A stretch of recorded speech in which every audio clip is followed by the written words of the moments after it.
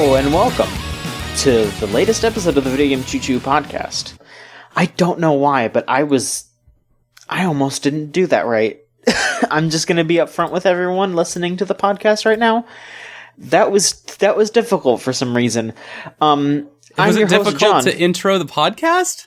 A little bit, yeah. I don't know. I almost missed it. So, be thankful. You were close. Yeah. You've been away for a couple weeks. You're like out of practice. It's fine. Yeah, I'm... Gotta get on that bicycle. Thank you for being understanding. Yes, it's me, John. And this week we got a full house. We got 4 people. That's the cap. We don't want to do more than that. We don't want to assail you with a variety of heinousness, because I feel like we already do that as is. But it's okay. We got 4 fine folks. 4 fine folks. It's me. That's Solon. That's me. We got Niall. Hello, hi. And we got Rose. Yo. You know what they would call us in Iceland? What? Fjóra stóra bjóra. That's just Icelandic for 4 large beers. That's literally the only Icelandic that I know. That's us now. That's great. I'd be a Miller Lite. Oh, don't be so hard on yourself. You're a Miller High Life, John. Yeah. You're the champagne of beers. Is that the one that's Dale, where he's holding it up? Pitbull, the famous man. Pitbull? Is that one, or is that another one? I don't know. I would believe it He's would like, be keep Pitbull, the because party he's the champagne of going. men. Oh, he really is. I feel like you Mr. hand Worldwide? Pitbull, I feel like you hand Pitbull any beverage and it immediately becomes an advertisement. Yeah. Did you ever see those, I think it was Coors Light ads that Jean-Claude Van Damme was in, and he's like up in the Rocky Mountains in the snow, and he's wearing like a Canadian tuxedo and crying. Yes. They're really good. They're really good. He's like doing the splits up there. When is he not doing the splits? That's just so much culture. In the Rocky Mountains, Jean-Claude Van Damme in flannel. No, in denim, not flannel. Oh, in denim. Yeah. Oh. He's got a mullet for some reason. It's a really bad wig. It's really good. You should look those ads up. They're good. Does he kick the beer? He kicks, I think, a snowman or something at one point, I think. Yes! He makes a snow angel in one, and it's just like...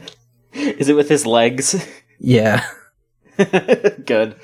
It's a bottom-heavy snow angel.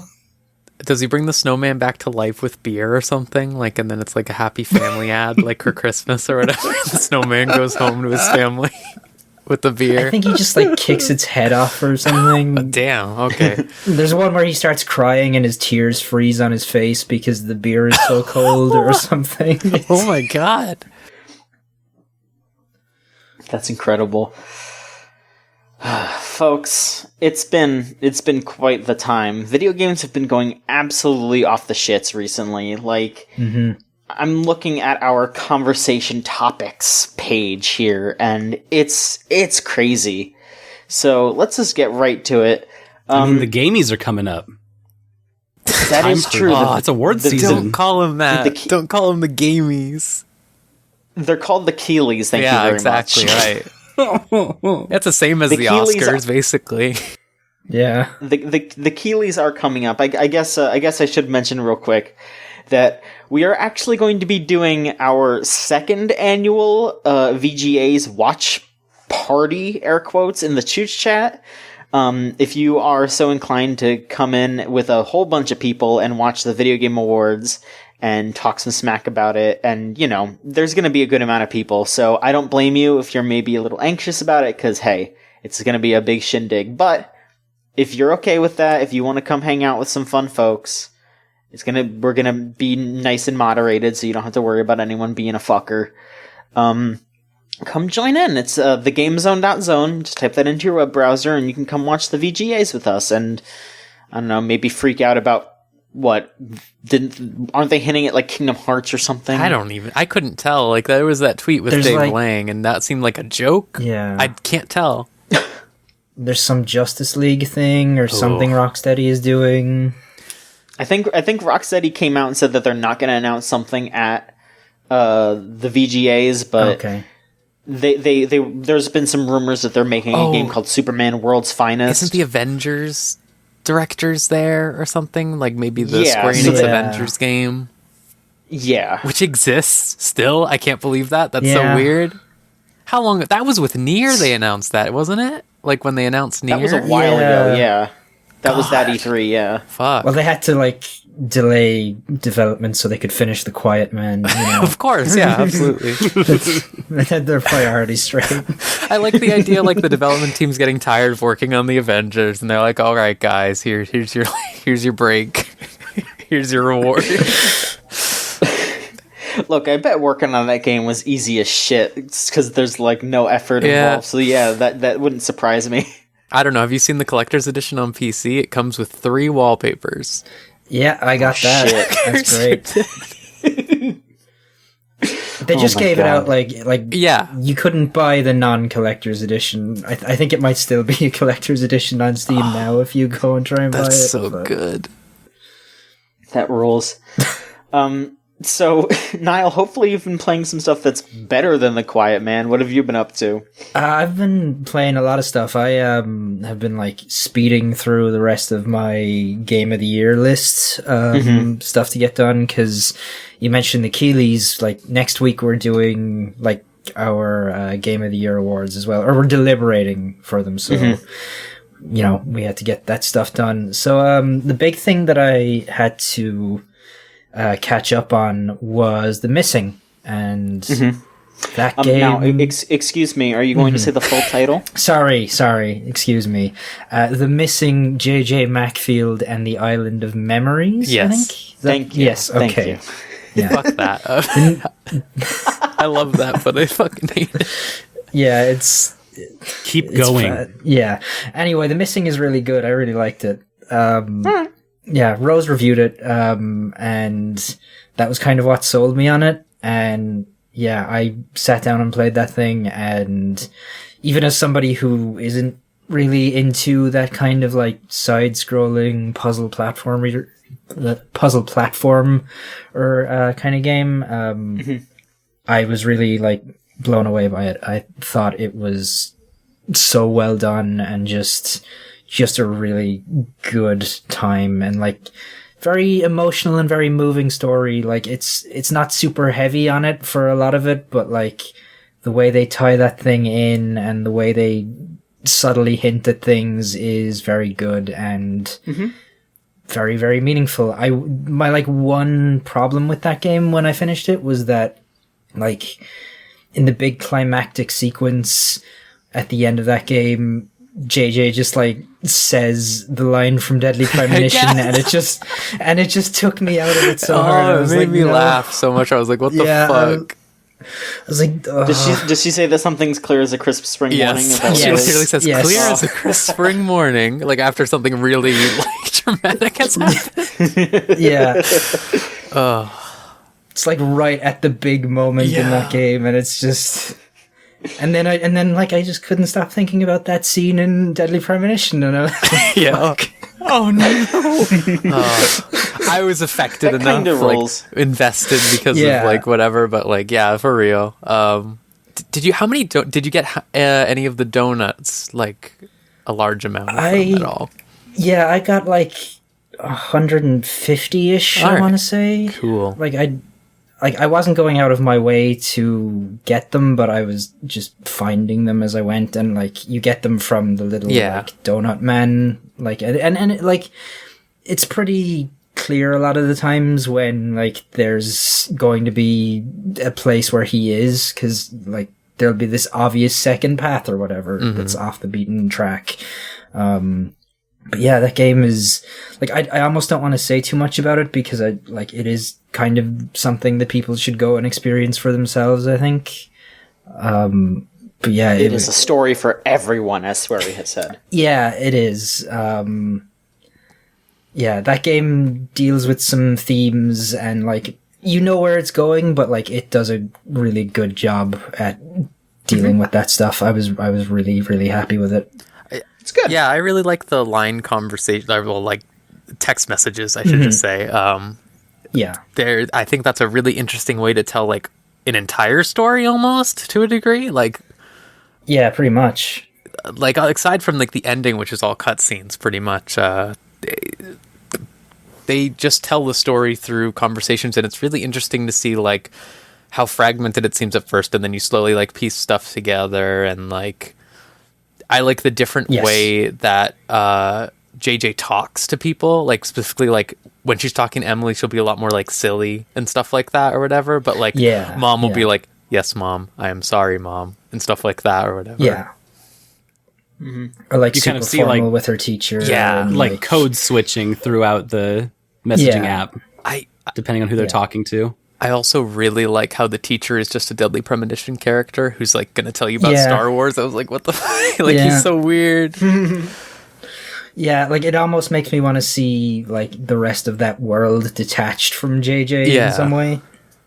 But yeah, it's like Swery has always had this kind of like he's always been very into his like surrealist imagery and like sort of a Twin Peaks David Lynch type thing that he has going on, and like you can see that at times in this, and it really works. It's incredibly good. I think it works really well in this game compared to like Deadly Premonition, where like Deadly Premonition is more goofy, obviously, but even still, when it does those moments, it feels very stilted at times, and I feel like in this, it's a lot better. It's a lot more like cohesive. Yeah, definitely. Like there was in like maybe the first 20 minutes of that game, I was kind of worried because there was just some weird phrasing in things like that made me think like, oh, maybe, you know, this wasn't translated brilliantly. Oh, I wonder if this is gonna like hit its marks, but like it definitely picks up on that. Like it feels like just like slight miscues in translation early on, but like there was nothing really about that game that made me go like, oh, I don't like that. Like, you know, it's very, very good. It's like, I think people should play it. Like I said, I don't want to talk too much about it's really like, what goes on. Yeah, it is. What would you say was which part of the title was best represented in the game, and which part of the very long title do you think you could have used a little more of? I think the JJ Macfield part was very much well represented. I think so as well. God, I would have. Was there enough thes and missings? I would have liked to see more of the Island of Memories. I think I would have liked to see more memories. And like. Also, I can't believe I've forgotten to talk about it this long, but like the core mechanic of that game, like how you are solving the puzzles, is super unique, and like it's the kind of thing that makes you go like at first, oh, I don't know if this is gonna work, and then they totally get it right. And it's like I said in my fucking review, like Never Dead, that horrible fucking game. From like years ago. That's exactly what I thought about. Like the first time I saw it, I was like, "Oh, this is just like Never Dead, except it's a puzzle platformer." And unlike Never Dead, it's actually good. Yeah, and, right. Well thought out. There's like some really just innovative puzzles and stuff like that I really like. Like, for example, like when you start getting hit by things, so you go on the ceiling and stuff like that. I was like, "Oh, this is cool." Yeah. Okay. Or it's great. It's a great game. People should play it. Yeah, play it. Okay. Sorry, that last line, you said like a couple words that did not make sense together, and now I really want to play it. You get hit, your body parts go on the ceiling. Yeah. What? Yes. Sometimes I'm in. Sometimes it just be like that. All right. Well, thanks for the update for that game. Rose, how about we touch upon something you've been up to? Sure. What you been playing? I've been playing mostly God Eater 2. Whoa. Okay, tell me about that. So God Eater 2 is a Monster Hunter like. You never see any of those really. Like I think there's No. Oh, what's the other one? Freedom Wars. And Tokiden. Yeah, Tokiden. There's like one other one, but so it's like I mean, there's the one that Bandai Namco has been like working on for 3 years. I'm trying to remember what it's called. That's Dark Souls. I thought it was like Monster Hunter 2. It's made by the God Eater team. Oh, okay. That's why I'm confused. Okay. So yeah, Sorry about that. it's just like edgy Monster Hunter, but like edgy in like a extremely immature way, where it's like, oh look, you have a scythe that's a gun. Oh look, you have I don't know, you have fucking, all of the characters are wearing like cat ears and stuff, and they're all like, haha, I love killing. That doesn't. Rose, you're only saying cool things right now. Yes, I know. Shh. I need to like put up a thing like it's bad or something, just in case people make fun of me. Just talk about stuff that you like. You're fine. I know, John. This is John, it's a bit. John. Okay. Don't do bits with me, Rose. I get worried. Okay. Wow. All right. Well, listen. So it's like Chuny Dark Souls now. No, Monster Hunter, and you're fighting like these big demon things. It's like set up in missions like Monster Hunter, where you just go and fight it. It's way easier than Monster Hunter. But I think it's a lot more fun than Monster Hunter because there's not really any animation locks. It's a lot of just really fast gameplay. Ooh.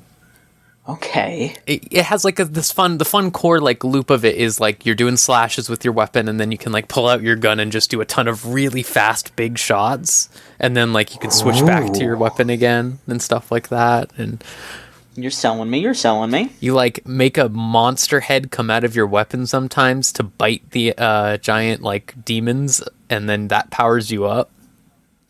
Ooh. So that's like you want to like stun them and then do that and then get stronger and stuff like that. Right. Okay. You set up like a squad of different characters, and you can customize all of their outfits and their like abilities. You can customize your own outfits. There's no armor in the game, so you're literally just putting on whatever outfits you want to look best. It's cosmetics. Yeah. All right. Which is good because like right now I have like, you know, like the top that Motoko Kusanagi has in Yes, in Ghost in the Shell. So it's like that, but it's red. I'm wearing a big long black coat, and I have torn red and black tights, and I just look really edgy and cool. Okay. But they have like all sorts of different outfits. There's like, it's ridiculous how many outfits there are, really. Like I haven't even gotten halfway through the game, and there's like 80 different options for top and bottoms and stuff like that. It's crazy. And I know if I start playing that game, I'm just gonna wear like a shirt. You say that, but And there's so many. pants. Okay, so for the like buddies that you have, I just want to talk about one buddies? buddy in particular. So there's a story to this game more than Monster Hunter by far, where like there's characters and they all talk about, I don't know, it's raining red blood or something. I don't know. You're in the fucking team called Blood, and everyone's just like, oh, we're all blood. Your blood power is incredible and stuff like that. They all just talk like that. And one of the characters is this fucking dude dressed in a mascot costume, and he never speaks. And like when you like interact with him, it just says stuff like, he looks scared, or I think he's a little bit excited for what's coming next. And it's just like really ominous stuff like that. And it's just this weird fucking dude in Kigurumi outfit. Like, it's fucking weird. And everyone's just like, yeah, I just showed up one day. I don't know. It's like, what? Oh, also the game's post-apocalyptic, so. Okay.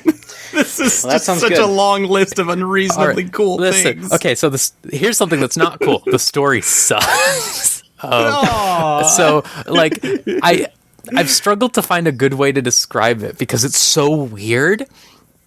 It's like a story that thinks it's telling you more than it actually is, or that it has, like, put deeper hooks into you than it actually has.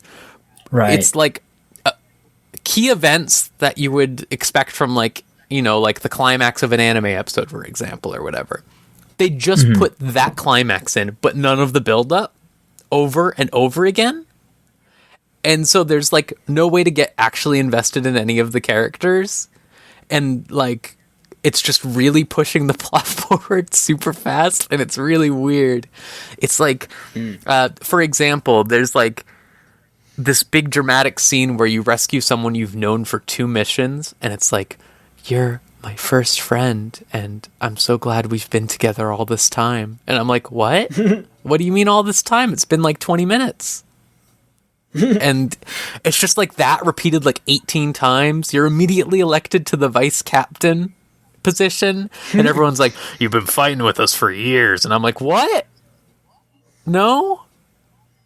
There's this dude who's introduced as like he killed his commander, and then like 3 missions later he's just like, "Man, it's great to just relax, you know?" And he's just like chilling out having a soda with you, and I'm like, "What?" I think the game does that thing that a lot of Japanese games do, where you can be a female character, but they design the game around being a male character, quote unquote, for like the romance, right. And they change all the words to be friend and stuff like that. So like all of the weird, like there's social links almost, but they're like extremely underdeveloped, where you can just do missions for individual people. And at the end of all of them, it just like goes to a loading screen and then comes back and has a close up on their face. And they're just like completely emotionless. And it just does that, and it plays like do do do do do. And then it just ends. And it's really weird and scary. You have made me far more happier than I've ever been. They don't even look happy. They're just like, hello. Thank you. Thank you so Thanks. Thank you so much. It's a fucking weird game. It's fun, though. I should say that. Like, it's a fun game. Like, it's really stupid. But as long as you know that it's stupid, like, you can have fun. Hey, It's pulpy. Yeah. You get some of that? Sure. Like, yeah, it's garbage food, but it's really fun garbage food. Okay. I'm having more fun with it than I had with Red Dead Redemption. I mean, that's always good. That's a low bar to set. That's true. Yes, listening to both of y'all, I feel like juggling turds is more fun than Red Dead 2 at some points. So you know. We also made the point that this is like Monster Hunter, but not as much work and much faster feeling. So that's a huge boon, because, you know, that and Red Dead are both a lot of work that you have to put into the games. Absolutely, yeah. And I think like a big thing with Monster Hunter is like at a certain point you hit a stage in Monster Hunter where you have to interact with all of the really obtuse systems and stuff like that. God Eater has some obtuse systems, like you can edit your bullets and stuff like that to customize them. I have no idea what any of that means. Yeah, I don't know what it means. They all just keep saying things about editing bullets. And I went and looked at the menu and I was like, Is that just like a weird, like, give it fire damage or whatever? So, kind of. It's like you can make it so your bullet just like flies around in a circle, or you can make it so your bullet like explodes, or you can make your bullet go through them like a laser. And like that kind of reminds me of I know this is kind of random, but Mighty Gunvolt Burst. Oh, sure. Where I don't know if I don't know if you've played, anyone here's played that, but that game's whole gimmick was that as you went through the levels, you could play, if you're playing as Beck from Mighty Number 9, I think it's only for him, you can edit your gun to have like different elements, a different spread, a different amount of bullets that you can shoot at a time before a cooldown. Like, it's neat. It's really interesting. Like, that game is actually really good. Like, even though you play as the Mighty Number 9 guy, like, that game is actually really good. Right. See, that's not where I thought you were going with that. When you started being like I thought you were about to mention that movie Wanted, where they can curve the bullets, because Rose was talking about the bullets going around in circles. That, yeah. Sure. I really don't know how the system works, though. Like, I vaguely, like, I made a bullet that apparently curves around them, and then I have no idea what's happening. But here's my point. You never have to interact with that if you don't want to. You can get through it all, like, completely fine and, like, fast, even, without that stuff. It's all optional, instead of Monster Hunter, where it eventually becomes, like, required. That's good. Yeah, I like it. There's like a couple other things that like seem complicated in that game, but then it's like, oh wait, I'm expecting this to be more than it is. It's just me equipping an item. Okay, never mind. It's fun. It's a good fun game. Playing on PC. Okay. It was a Vita game. Does it look wonky because it's been like upscaled or anything like that? Yeah, it doesn't look great, but right. it's a low budget game as is, so it's like whatever. Yeah, it's fine. It looks good enough for what it is. Yeah, of course. Solon. Yes, my friend. You played a shit ton of games for like 8 hours straight, right? Yes. If you were on twitch.tv/video game VGCC, as they call it, you would have seen me last Sunday playing a lot of video games. Because I'm also, just like Niall was saying, I'm trying to clean up the Game of the Year stuff for 2018. Mm-hmm. And I've got my work cut out for me. And so last week, we played 3 games. We played the new Spyro. We played Donut County. And we played Forza Horizon 4. All on stream. Mm-hmm. And it was 8 hours of streaming. It was a lot of fun. And then I slept. The 7th day, I slept. I was incredibly shocked. I didn't know that you were still streaming at one point because you just had a bunch of people from Toot Chat in there, and I was really scared that I was gonna like fart on stream or something, or like I was gonna pull a Tay because I thought that everyone was just hanging out. So I just hopped in the chat and I was just like, "Hey guys, how's it going?" And then like someone mentioned, "Oh yeah, no, hey, we're on the Twitch stream," and I was like, and I had to get out of there. I was so lucky I wasn't just like, I don't know, like blaring like copyrighted music and like talking about embarrassing things that I did at summer camp or some shit. Like, that's okay. Tay Zonde ripped one and he became a legend. You could rip one, and you could become a legend. Yeah, God, that clip of him farting on stream is like... oh, God. Every time he streams, something goes like horribly wrong, and it's amazing. He needs to do it more often. Hey, guys. Yeah. Oh, the fucking one where he just echoes. Horrible. Yeah. Echoing forever. Yeah, so if you're listening to this on Sunday, the day this podcast comes out, I'm probably streaming right now. I've got 3 games lined up. I'm going to do Obra Dinn. Nice. The new Pope. Oh, yeah, game. I need to do that. And I've got Tetris Effect. As well as, what's the other game I'm playing? Oh, Celeste. I'm going to be playing Celeste as well. Oh, hell yeah. Okay. Yeah, it's a really good game. So, just like last week, this week I'm going to be doing 3 more games to try to get through them, and we're going to see where they line up on the big 2018 Game of the Year wall that we're going to create next week.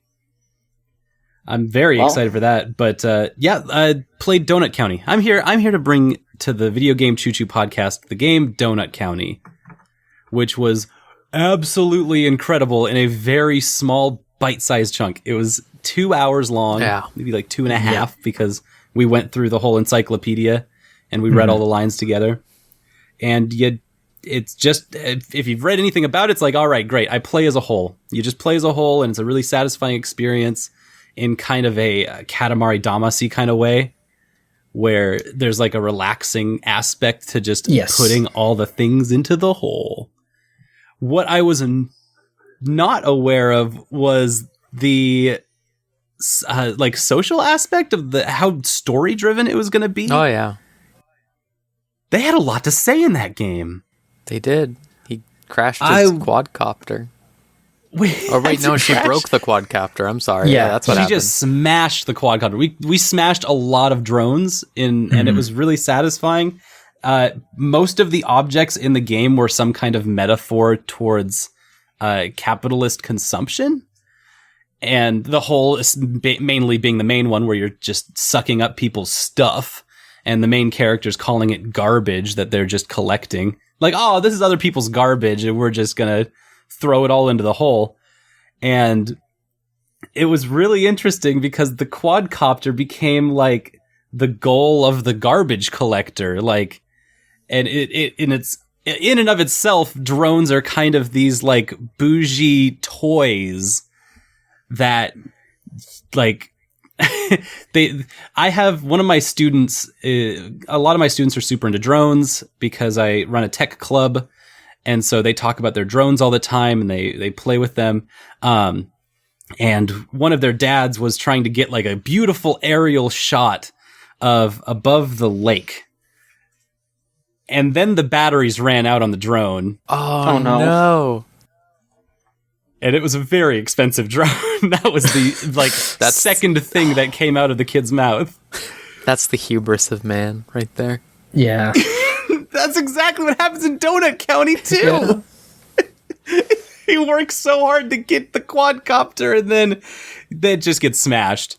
It deserved to be smashed. Yeah, it did deserve it. It really, really did. Yeah. No, I just had so much fun with it. And just the dramatic tension that kind of like kept going through the game that was just like, holy shit, when are we going to get in trouble for putting everyone's stuff into a hole? Hey, when are we going to when does the other shoe drop? And then it just kind of like spirals out of control by the end of the game, where you're like throwing the entire city into the hole and you're just throwing like a highway full of cars into this hole. And you're just like, well, how do we solve this? We're in a bad situation. How do we solve it? I'll just grab a hole. Get a hole. Let's just throw it in the hole and hopefully everything will get better. And it was awesome. I had so much fun. And the only kind of weird thing that I felt at the end of it was like, I kind of wish there was more, or that there was more of a space to play in. Because Donut County is a very well-told story, and that's kind of it. That's the limit of Donut County. And everyone playing it kind of has this feeling at the end is like, I kind of do want to just play with the dang hole, though. When do I get that Katamari moment of like, I want to have a hole that starts out small and I want it to get big and I want to have a big play space to just kind of hang out and play in. And it doesn't quite happen like that. And so, I had an incredible time. All the characters were delightful. And I think our biggest, most successful moment was reading through the entire encyclopedia of every single item in the game.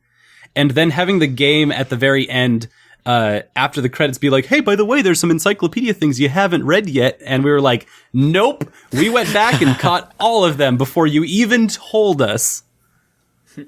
We got really, really into that. And so, yeah. And don't trust squirrels. Yeah, no. I'll try not to. Yeah. All right.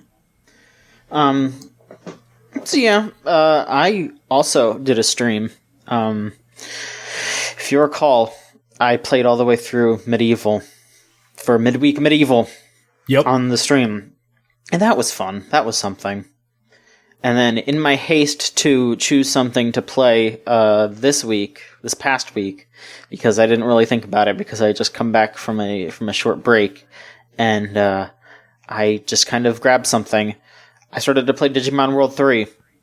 So that game is long as shit. Yeah. I don't know how long we're going to play it, but we're going to keep going until we get bored. So it's Midweek Monsters now. Is that the one where there's like this quest where the dude just keeps sending you back and forth, or is that one? Or is that two? I don't know. Don't ask me. I thought you were a Digimon. 3's the one with the... Yeah, 3's the one with like the weird card game stuff. Like it's almost a TCG. Right. Fuck. Oh. That's so late PS1. That's so... I played the card game more than I did actual fighting in that game. Final Fantasy VIII. And yeah, it's weird. I don't know. We might only do a couple more episodes, but it's, it's funny. It's really grindy, but also like every time you level up, like my Digimon are level 5 now, or like 4 or 5. And they went from like, oh, they die in one hit to like, oh, they kill everything in one hit. It's a really bizarre leveling system. Like if it goes up to 99, those Digimon are going to be fucking gods when they hit level 99. Because they're level 5 and they're already cleaning house. Just imagine. You got to get to Lady Devimon, right? Oh god. Yes. You're not going to stop before you get that far, right? Yeah. Is this some kind of like call out post on here? Maybe, Is this I what don't you're know. doing to me right now? I never stop a Digimon game before I get to Lady Devimon, if not farther. Yeah. Jeez, John. You You want to say something? Like, why are you so guilty? What is this guilt? I'm not guilty. You're just coming out. You're I'm saying trying to like remember this what is they a call fuse out. into. Someone's just sharing their life experience. Angewomon and Lady Devimon, don't they fuse into some really like horny stuff? I mean, that's like all Max Digimon evolutions. Yeah, like, I couldn't fucking- tell you. I couldn't tell remember you. either. Although Renemon's kind of the opposite. Because Renemon starts out really horny, and then it's like, Yeah, Renamon actually Yeah. gets like really cool afterwards. It's like, this really isn't horny anymore, but it is still really cool. unlike Garurumon. Yeah. It's a little joke for all the Digimon yeah, fans out there. Yeah, I chose the like weirdo team. I have Kumamon, which I did not just pick because of Monokuma. Thank you very much. Bears. The Bears. I have Patamon, and then I have Guilmon. That's my team right now. Best Mon, Patamon. Yeah, Patamon's cleaning fucking house. Bubble Like, Blast. holy like, you can't- shit. Or Air Blaster, right? Bubble Blast, something like that. I don't fucking know, You but it can't- just shoots a bubble, and then they're done. That's it. They can't handle it. That's it. Boom. Done. That's exactly how I remember the show being. That's how it goes. I hope Calamon's in that game, because I fucking love Calamon. Aww. I think Calamon shows up in the card game. Like, it's basically the heads or tails thing is Calamon and Impmon or some shit, which is pretty stupid. I don't fucking know. This game's weird. This game's really weird. I don't know if I like catch Digimon later to like swap out of my party. I don't know if they just digivolve into a bunch of different types. I don't know. I just started. But I guess we'll find out together. That'll be what we do. I can't wait till you every get week. to Toy Agumon. Man, what? Yeah, I better get to Toy Agumon, or I'm gonna be Which screaming. one's Toyagumon? Did you know that there was It's- like an Agumon, but it's entirely made out of Legos? Oh, wow. And that's just canon, Oh, shit. canon oh, Digimon? fuck yeah. Okay, no, all right. That Yeah. toy. Oh, Yeah, like I was thinking like toy. Toyota. yeah, Toyotamon is a very different. Okay, Toy Digimon. Agumon. All right, yeah, fuck yeah, okay. Yeah. Toyotamon's very reliable and fuel Oh, efficient. no. but- Yeah, Digimon World 4 got really fucking weird. Like, Digimon World 4 did get weird. That was a friggin' that was a hack and slash game what? for no reason. well, is that Yeah. better than the card game? I don't know. No. No. I'm Okay. gonna tentatively say no. Well, you're gonna eat your words when the fucking Digimon World 4 fucking community comes out, and they've been working on it for years. And... All three of them. yeah, well, better than the one They're for gonna come for 3. me. That's what I'm gonna say. Fair enough. All right. That's right. I'm sorry. I totally forgot. There's Toy Agumon, and then there's Shadow Toy Agumon, which is just made out of the clear, translucent Lego blocks. Oh man, fuck off! Oh what? shit. God, Fuck. That makes it Shadow. Digimon kicks ass. Actually. Niall, do you want to rotate back to you? What else have you been up to? sure. I forgot to put it down on the podcast document, but I realized after Rose was talking about God Eater and how like stupid and dumb it was, that I played a game that is also very like knowingly stupid and like revelatory in it. I played Hitman 2. Oh hell yeah! Oh yes. Yeah, that game is really good. It very much feels like a season 2 as opposed to like a sequel to Hitman 2016. You know, like there's very small adjustments to like UI and quality of life stuff, but it is definitely along those same lines. Like if you own season 1, it will bring that stuff into season 2 so you can play it all through like this new game. Yeah, and Yeah. they update a little bit of the stuff Yeah. from season 1, right? Yeah. Yeah, like to add in like with new mechanics and stuff like that, and you know, and you can like make new contracts on those old levels, I think, as well. But yeah, it's kind of a rare case of a like sequel being just sort of more of the same, and that being like totally enough. Like, I never loved Hitman before Hitman 2016. I always thought it was like stiff and kind of awkward in a lot of ways, and I appreciated some of the silly stuff, like the clown stuff and things like that, but like Hitman 2 really, really leans into it. Like the first mission of the game, when you're being briefed, you just get the phrase war crimes just fills the whole screen. And then in like the second mission where you're walking around this like Colombian village and trying to break into like a drug compound, it's like, you gotta get the super cocaine guy. You gotta kill him. And so you dress up like a hippie and you make a bus out of super cocaine, and then you poison the bus made of super cocaine, and you give it to the drug guy, and he breaks the like model bus that's made out of super cocaine, and then he does the super cocaine, but you've poisoned it, and so he dies from doing too much super cocaine, and it's just like, it's so good. It's so good, and like, then you go and you're like, Agent 47 is now a member of a mariachi band, and he's gonna just like have all the other members of the band being like, oh hey, you shaved your head, that's weird. Like, it's so good. You dress up as like a tattoo artist and like just kill a guy by like sticking a tattoo needle in his ear. There's like, that's awesome. There's like a really good mission where there's like an assassin also trying to kill the same people, and so like you can have him do it for you. So like, I broke into this mansion where the dude was like getting his portrait painted, and I like distracted the artist, dressed up as the artist, and then Agent 47 is like making this amazing pop art like portrait of this dude with guns shooting off, and like he's like posing, and then suddenly just like gets taken out by this other assassin, and it's just like, it's so goofy and it's so good, and I love Hitman. It's so good. It's so great. I'm glad. Yeah, Hitman was definitely the game that like that was my like, oh man, if I had some extra funds, like that's something I'm gonna pick up probably like in January or something, because I had to get all the Nintendo shit out of the way. But yeah, Hitman sounds super fucking good. I'm glad to hear that it's as good as the quote first one. Yeah, and like you can buy the entire first season again through this for like a discounted price. I think it's like $8 or something like that, so it's super cheap. The levels are all really good. They're huge. Like in Hitman 2016, like there was Sapienza, which was really big, and there was Marrakesh, but the other ones weren't huge. Like Hokkaido wasn't huge, Paris wasn't huge.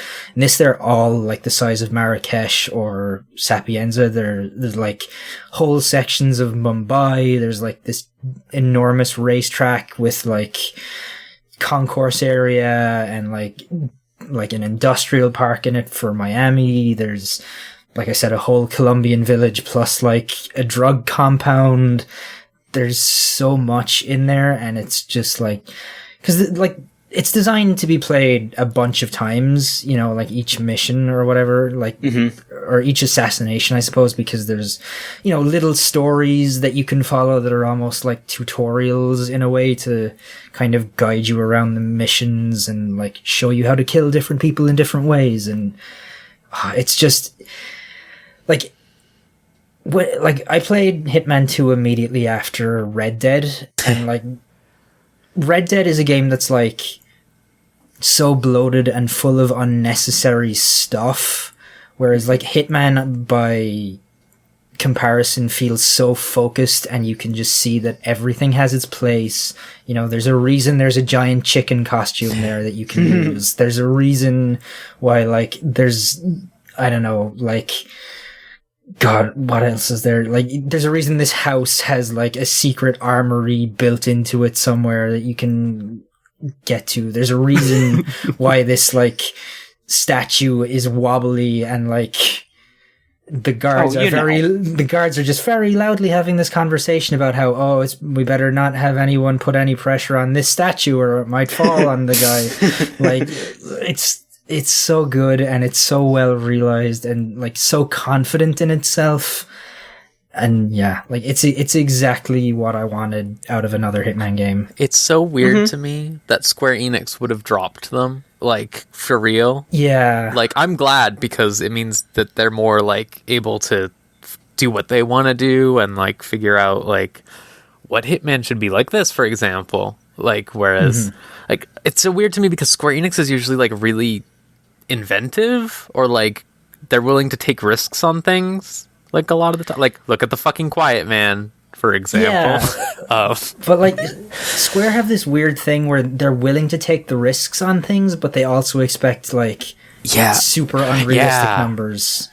Like, they were, like, obviously they weren't happy with Hitman. They've already said they weren't happy with Tomb Raider, and it's kind of done for now. They weren't happy with Deus Ex, like, numbers, so they're, like, shelving that. Like, I don't know. It seems like Square Enix just, like, expect everything to sell, like, 20 million copies when that's never going to be realistic.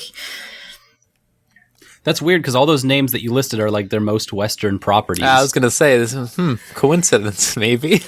Yeah, maybe. Maybe, like, I don't know if they're, like, consciously giving a longer leash to the Japanese stuff, or just have lower expectations for it, maybe? Like, they feel like it's more niche, I don't know. I feel like it might just be because, like, the nature of how it's all, like, when they make Square Enix games, usually they're just all in Japan, you know, like, it's, you take, like, a train ride or something to go check out that studio or something like that. Like, it's really easy to, like, keep track of everything that's going on, whereas the Western stuff, it's a lot more, like, distant communication and stuff like that, so, like, they don't have much of an attachment to it. I feel like that's probably and also, and, like, also most of their Western stuff is, like, old IDOS IP that they now own, so it's, like, they don't really even, like, it wasn't their idea, I guess, in a lot of ways, so maybe they just don't feel like... It could be as simple as that. That honestly would not be surprising.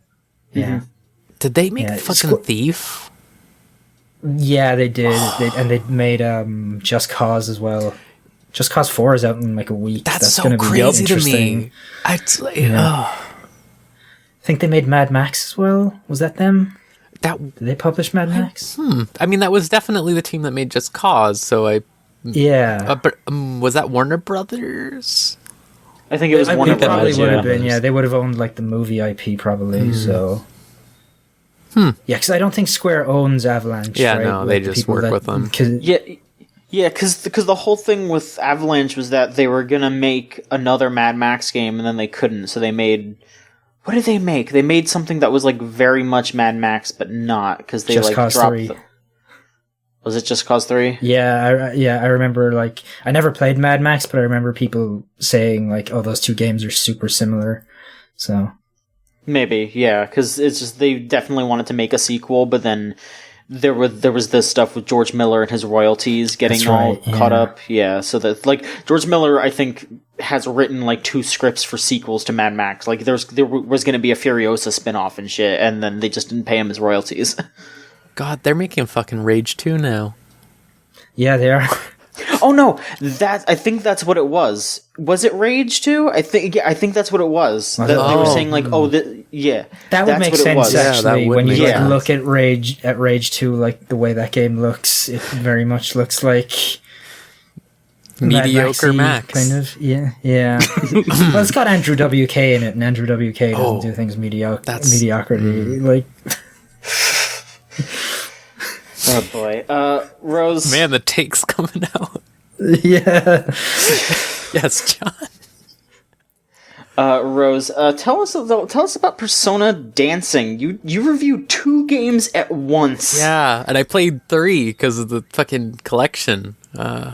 Yeah, I was really shocked. They sent us a code for $100 collection. Yeah, and there you go. So tell us a little bit about this package here. Okay, so I had played a little bit of Persona 4 Dancing before, which is the old one in the package. They're porting it to PS4. But I played a lot more of Persona 5 and 3 Dancing. Or sorry, Persona 3 Dancing in Moonlight and Persona 5 Dancing in Starlight, which are much more streamlined and straightforward versions of Persona 4 Dancing. So Persona 4 Dancing was like that era where Persona 4 got 800 spin-offs.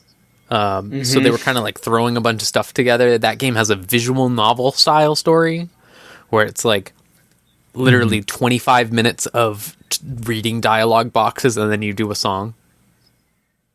And then like 25 more minutes of dialogue box and do a song. This time you're doing songs to unlock social link conversations in 3 and 5. So that's a lot better. Especially considering 4's story was mostly about like the most, you know how bad Persona 4 was about its like commentary, quote unquote. So imagine that, but applied to idols, where they're like, oh look, here's an idol group where they're cuts of meat, and it's like, yeah, I get it. Yep, I get it. Little ham-fisted. Yeah, a little ham-fisted. Right. But yeah, 3 and 5 are better than 4. So yeah, how's the rhythm game aspect of it? So, did you enjoy that? Yeah, I enjoyed it more than Persona 4's. Persona 4 has less systems going on than 3 and 5. 3 and 5 have like double taps and a couple other like support and challenge modifiers that you can put on the songs to make them a little bit different, whereas 4 was just like hold notes, I think, and then double taps. Or not double taps, but you tap 2 at the same time. So explain what the support and challenge is, because I read that in your review, which is on the site, by the way, and that did seem pretty interesting, because this wasn't like, there were items in 4 dancing that like you could pop and it was like, oh, now the song's a little easier, but in 3 and 5 there's something different. Yeah, so there's, before you go to the song, you can customize the song, which has stuff like, you know, just the standard, like, oh, how fast the notes will come on and stuff like that. But there's also things you have to unlock, which I think is a weird decision, which are like, oh, you can make the song so that you don't have to hit scratches or whatever, or, oh, you can make it so that you hit any button and it hits the button that is popping up on the screen. So you could just basically mash triangle over and over again.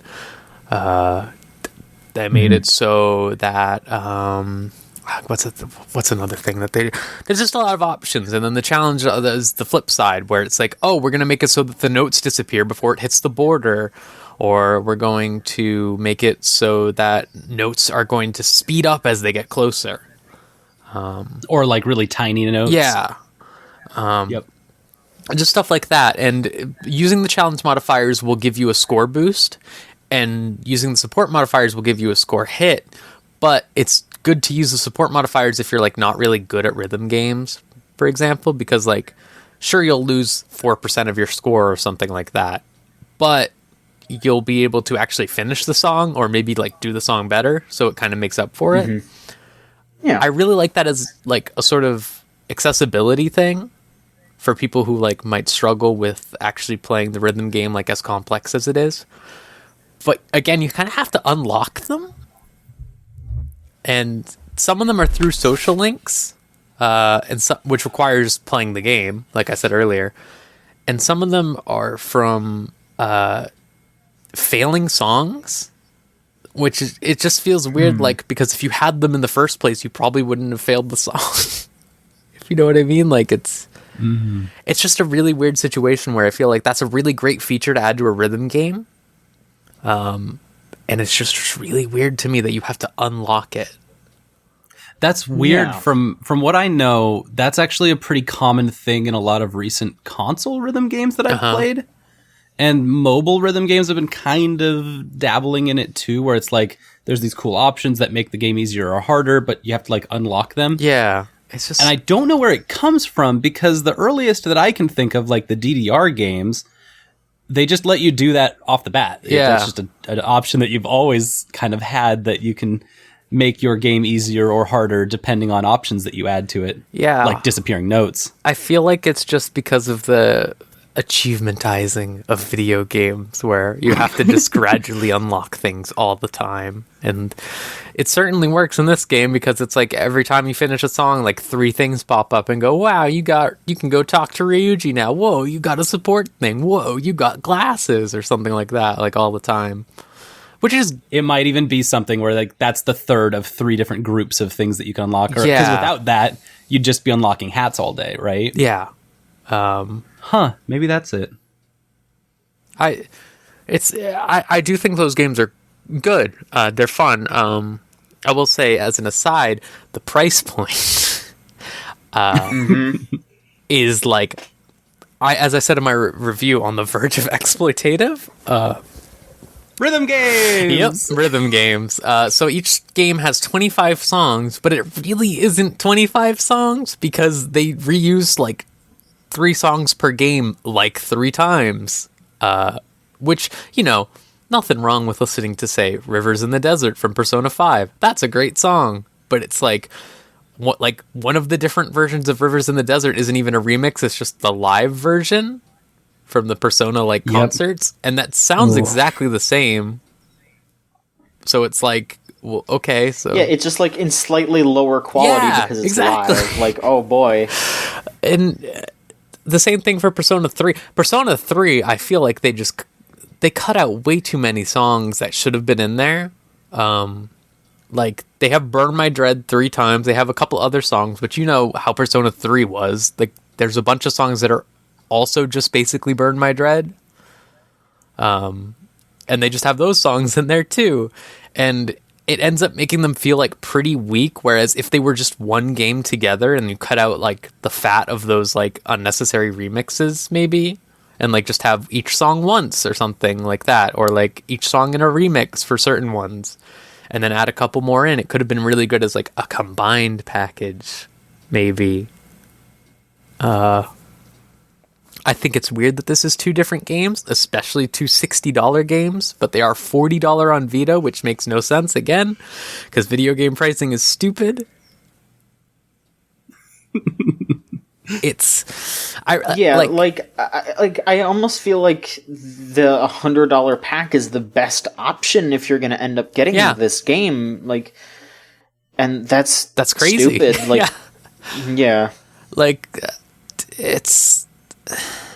it's really fun, and if you really like rhythm games or Persona, you're gonna get like plenty out of it. But I'd like I said in my review, you should just get like 1. Like, hey, do you like Persona 3 more than 5? Get 3. Like 5 more than 3? Get 5.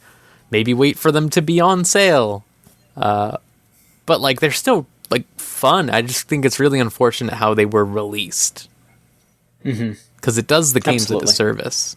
Because they're really fun. Like, the stories being just social links. Like, social links are the best part of Persona. Like, that's where that game shines. Yes. And having all of these individual conversations instead of like, oh, here's what Chie thinks about idols, like, for example, is way better. Because you get like silly stuff like, let me think of one. Futaba is just like, I'm terrified of dancing. This sucks. And then Ryuji's like, hey, I can teach you how to dance. And she's like, I'm going to kill you. And it's just everything like, I've seen of Futaba in that game is just her like just doing the dumbest possible thing, and great. That just seems great. She's like so like fucking like she doesn't even care. And then like every time she does the stupid thing, she's like, I did the stupidest dance ever. I'm going to die. I'm going to regret this until the end of my days. And I'm like, oh, Futaba. There's this there's an entire social link conversation where Futaba talks about how like Sojiro is the most popular bachelor in all of Tokyo or whatever, and like she's just like, what kind of person would you like to be when you grow up? And you can just say like, I want to be like Sojiro, and she's like, huh, that fox. And I'm like, what? It's just like, it's a weird response. Yeah. It's just weird. A lot of silly stuff like that. Like Elizabeth is just like constantly just saying like dope and like swag and stuff like that, which is really fucking funny. Yes. The whole thing is apparently instigated by Elizabeth got extremely pissed off that Persona 4 got a dancing game, so she decided to challenge the Persona 5 Velvet Room attendants to a dance-off. But then she realized she can't dance, so then she just forced the Persona 3 cast to do it. That kicks ass. And then the Persona 5 ones are just like, well, shit. I guess we're doing this. Oh my god, that's really good. And also the Jets and the Sharks. In the Persona 5 one, they seem to imply that Elizabeth has tricked them into their dance-off by telling them that there's treasure underneath the dance floor. And they're like trying to get the Persona 5 cast to get the treasure. It's just really dumb and fun, which is way better than the Persona 4 dancing story. Like, by far. Like, when you have a spin-off of more serious games like Persona, for example, I feel like it behooves you to go just stupid, right? Like, just all out stupid. So you don't, like, you're not bringing a detriment onto the past experience of the game. That said, Persona 5 dancing has some horrible outfits for the girls, which we've talked about on the podcast a year ago, probably at this point. Yeah. And there's not much more that could be said, but it's pretty bad and kind of a bummer because, like, it does sort of, like, do a disservice to the source material. Where it's like, first off, I think it's extremely weird to put in Kamoshida's boss theme. Yeah. And then have Ryuji, like, dance to it in front of a picture of him. Like, excited and everyone going, yeah, you do it. Like, what? This is weird. And then to do that twice? That's, like, double weird. And then, the biggest disservice is still Last Surprise, which is the battle theme for Persona 5, which is an absolute banger. Fucking, they just make all of the girls do sexy dances to it, and where they're inside cages or on poles and stuff, and it's... and they're wearing, like, horny Nazi outfits. Horny Nazi outfits, like, straight up, like, horny Nazi outfits. Like, outright. Whoa. Yeah. Whoa. Uh-huh. Yeah. It's bad. It's really bad. And Persona 3 doesn't have anything like that. Like, so there's choreographed songs that were, like, set up like a music video for some of them. So in Persona 5, it's Last Surprise. In Persona 3, there's one for, I think, Memories of You. It's just all of the girls dressed in, like, cool cyber outfits, doing, like, robot dances and stuff like that. And it's like, okay, so they can do this, but Persona 5? Why? Especially considering Persona 5. It's an especially screwed up level because, like, I mean, I don't know when exactly the Persona 3 dancing is set, but, like, at the very least, in, like, a good amount of the canon now, the Persona 3 characters are, like, college age or maybe older than that, and, like, the Persona 5 characters are, like, still in high school, and it's like, It's bad. Yeah. Yeah, I feel like in the canon now, like, the Persona 3 characters would be, like, out of college, right? They'd be in, like, their mid-20s at this point. Yeah, they're that game's set in, like, so this is 2003 this or is something? in high school still for them. Because time doesn't matter in the Velvet Dance Room, as Elizabeth says. I mean, they did that in Persona Q as well. They were like, oh yeah, Persona 4 took place, like, a couple of years after 3, but hey, we're still gonna have everyone meet up. I need to say something real quick. Spoiler for Persona 3. Sorry, this 11-year-old game. No, more than that. Yeah. Fucking, like, what, 14-year-old game? Man.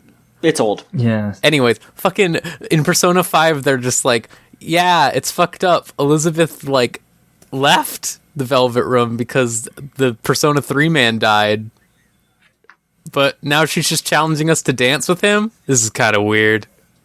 And I'm like, it's like, the story's really weird. silly and fun, and then it just has, like, dumb shit like the pricing model and that dance video, which was such a downer. Alright. Well, yeah, that's Persona dancing. Thank you for the update, Rose. Yeah. Again, if you want to read the review, it's all up on the site. Still a good game. There you go. Yeah, still fun. Let's see here. Solon, is there anything else you want to touch on? Ooh, anything? There's actually been a lot of news lately. Hey, go ahead. We want to get into the news? Yeah, whatever you want. Hell yeah. So, about a day ago, from recording time on Thursday, I believe, Nintendo has reeled back on their old creators club that they put together that allows you to monetize your YouTube videos if you're making Nintendo-based YouTube videos. Before, what they would always do is if you had anything that you were monetizing that featured Nintendo games gameplay, especially from like first-party games, they would just shut it down. They would basically just be like, nope, that is not something you can monetize. If you're monetizing it, that's our money. They worked with YouTube to make sure that monetization system worked completely in their favor. And for a long time, I kind of thought it was like it's absolutely awful, but I thought it was really working for Nintendo. And then all of a sudden, 2 days ago, they were just like, we're done with that. Anyone want to play our games? You can now monetize our work freely. And so I was like, what? I've been fighting you for 7 years on YouTube and trying to make sure that my Let's Plays could be monetized. And you're just like blogging it out? I have a dark theory.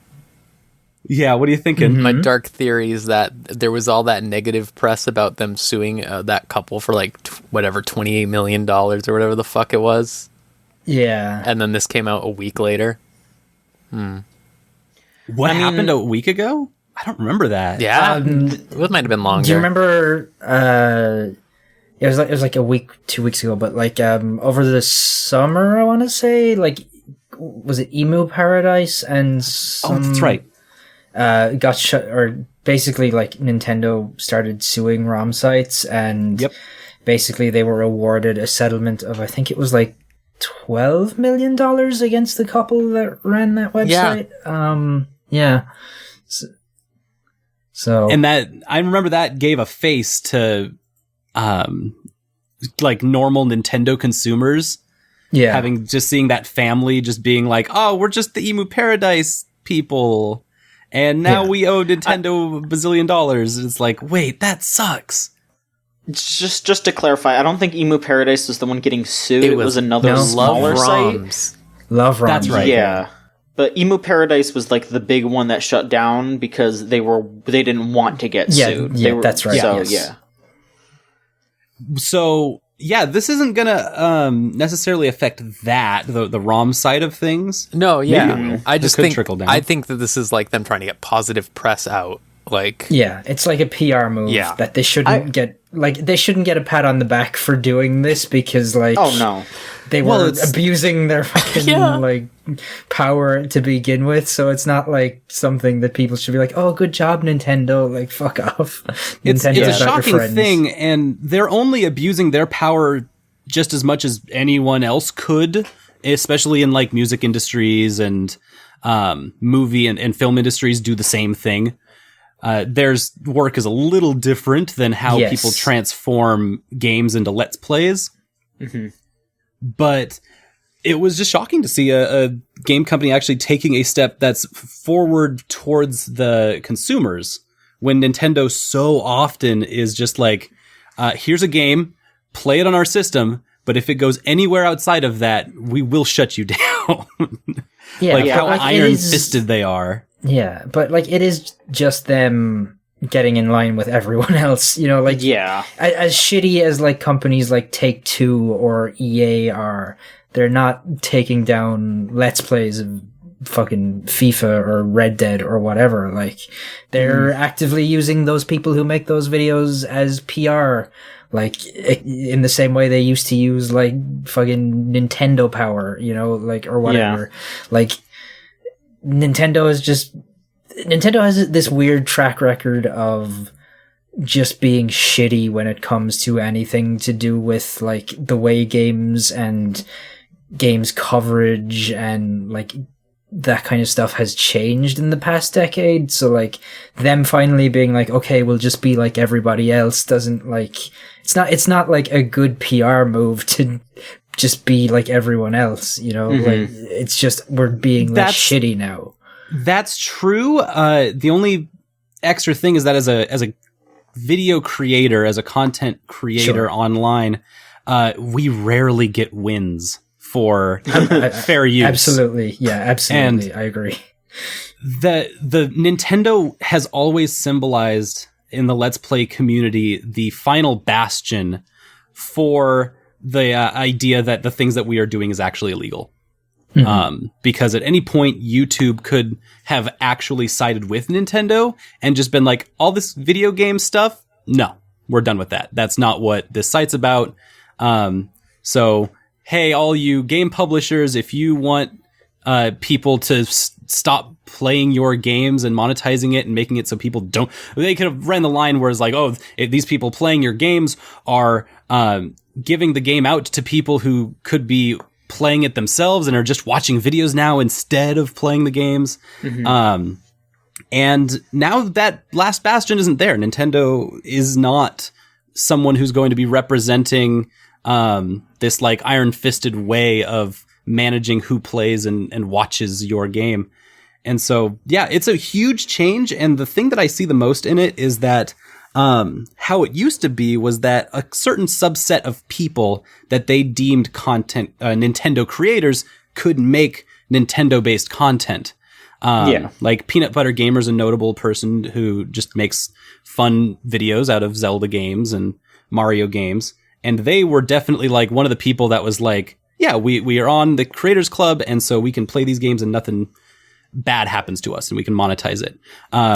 There was other groups like the Game Grumps, notably, if you watch their videos, especially on Zelda games, you will not hear any of the audio. In Paper Mario, they turn the audio way, way down because they don't have access to that.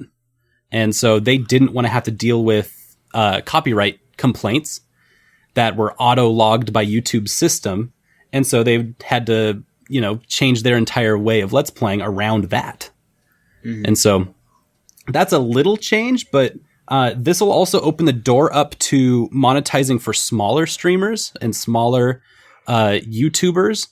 And so this gives a great pathway for smaller YouTubers to start rising off of Nintendo's games that most of them would love to play, but usually can't because, if you can't monetize it, then why, that doesn't help you as a Let's Player. I'll just play it for the love of it, I guess, which is completely valid too. And that's kind of what I do my stuff based on. For sure. But yeah, no, it makes it a very interesting thing. And I think it's going to be a legitimate sea change for the kinds of videos you see on YouTube and in other places like on Twitter and Tumblr. I think it's going to have a lot of effect on the rest of the games industry because we're going to be seeing a lot more Nintendo videos coming out. And yeah, I'm really excited. It is weird to be like, Nintendo has given me news about YouTube and now I'm excited afterwards. As opposed to shockingly appalled that they would flex that hard on blah, blah, blah. Sure. So yeah, that had me, I'm just over the moon now. Yeah, that's some good news. Some good news. Okay.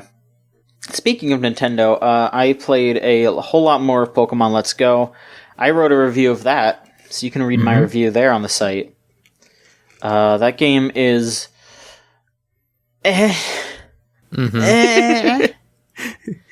It's Pokemon.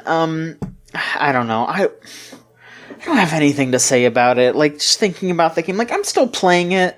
But it's just I can't bring myself to feel anything about it. I'm going through the motions on this shit. I really am. That's what happens when you make an experience for quote-unquote accessibility, quote-unquote. Yeah, because it's not. It's market not accessibility, I should say, is what I actually did. Not actual accessibility. Oh, yeah, of course. But, Pokemon was so accessible already. It sure was. And, you're right. Yeah, and this game's gonna sell like gangbusters because it's Gen 1, but if they make a Gen 2 one, that would not sell anything, I don't think. It would sell but just by virtue of being a Pokemon game, but not... Yeah, exactly. They're gonna see a big downturn. Because I just don't think that people are going to care about that kind of stuff again. This already sold less than X and Y did, right? I think I saw that. I Well, to be fair, X and Y came out after like everyone and their mom had a 3DS. It came out like the same amount of time between. Yeah, but the 3DS did sell a lot more. Yeah, I guess so. It's just like I feel like a lot of people bought 3DSs to play Pokemon. I mean, X and Y was post Animal Crossing. Yeah, that's true. So, but I knew like 8 people who bought 3DSs to play Pokemon. Yeah, I mean, that is true, but still, look, the game was big. The game is big. Pokemon Let's Go is a big deal right now, and it's just, I don't know. I can't really bring myself to care that much about it. It's just okay. I mean, it's actually it's a 3 out of 5 game. It's weird seeing it now 3 weeks out because there's a lot of people still making stuff around it, and all of the stuff that they're up to now 3 weeks out is like, all right, I'm 74 out of 151 of the way through getting every shiny in the game. And I'm like, that's a different way to consume Pokemon. Because that's all there is to do. No, like, you joke. There's no post-game in the game, so everyone's getting through the Elite Four. You don't want to fight the Venomoth Master? So, I didn't realize this until very recently. I thought that it was just, they have like one super powerful Pokemon and you just fight that. No, you have to go out and have that specific Pokemon too. Mm-hmm. So you also have to have a level 85 Venonat to fight the Venonat Master. You have to have a level 85 Rattata to fight the fucking Rattata Master. Like, so you can't evolve it. You have to press... That means there's no held items, so you have to press B like 70-something times on that fucking Rattata, or 60-something times. No. A thing that really gets me is like... Well, 2 things. First of all, what do you do once you beat them? Is you get your title as being fucking whatever, the Rattata Master, right? Everyone starts calling you the Rattata Master, and it's like, to what end? To what content? Nothing. Like, fuck that. Secondly, that's what you just said is a perfect example of how this game is absolutely not accessible, because if they were actually making meaningful strides towards becoming a more streamlined and, like, easy-to-access experience, they would have just made it so that you can press a button once to make it so that you don't have to evolve without, like, equipping a stupid little rock like you have to. It would have just been, like, you turn a menu option off and then you don't get evolutions. Like... Fucking... Yeah, this is your master Rattata. Just like click on that. Yeah, keep this a Rattata forever. Exactly. Like it's just like they didn't think about actually moving anything forward. They just thought about taking things away from things that made money and then putting it into the game and then exploiting it to like the maximum potential. Yeah, I don't know. See, I shouldn't even say maximum, minimum potential. That's how this game looks like to me every time I see it. It's like, oh wow, you did Gen 1, great. Did you add anything? No, okay. Like the Sevi Islands from Fire Emblem where the aren't fuck even are there. those? Like what? I mean, I know that nobody really has that. I mean, some people have nostalgia for it, but like people don't have nostalgia for it like that does. But you know what people would have had nostalgia for? Maybe they could have done it because they make references to the fucking anime in this game. Jesse and James are in it. Why don't they do the Orange Islands? They could have done anything. People would have flipped a shit if the Orange Islands were in that game. They could have even done a reverse Johto and had you go to Johto after or something. Like if they really wanted to be inventive, but that could never happen ever. I realized something else too. Another thing that they could have done to bank on nostalgia, and I still can't believe they haven't done this. You know how they introduced one new Pokemon, that Meltan thing? Yeah. You know what they could have done instead? Peekaboo. They could... What? Peekaboo. No. Aww. They could have made Missing No an actual Pokemon. Oh, that's true. They should have done that because kids fucking love. I loved Missing No when I was a kid. Like that would have been a huge deal. People would have been talking about that for ages. They could have capitalized off of Lavender Town. It feels like they wanted to. Like when I first stepped in there, like that song is like the most like they did a good job with the music in that game. But when you walk into Lavender Town, you just hear like the fucking like the violins like.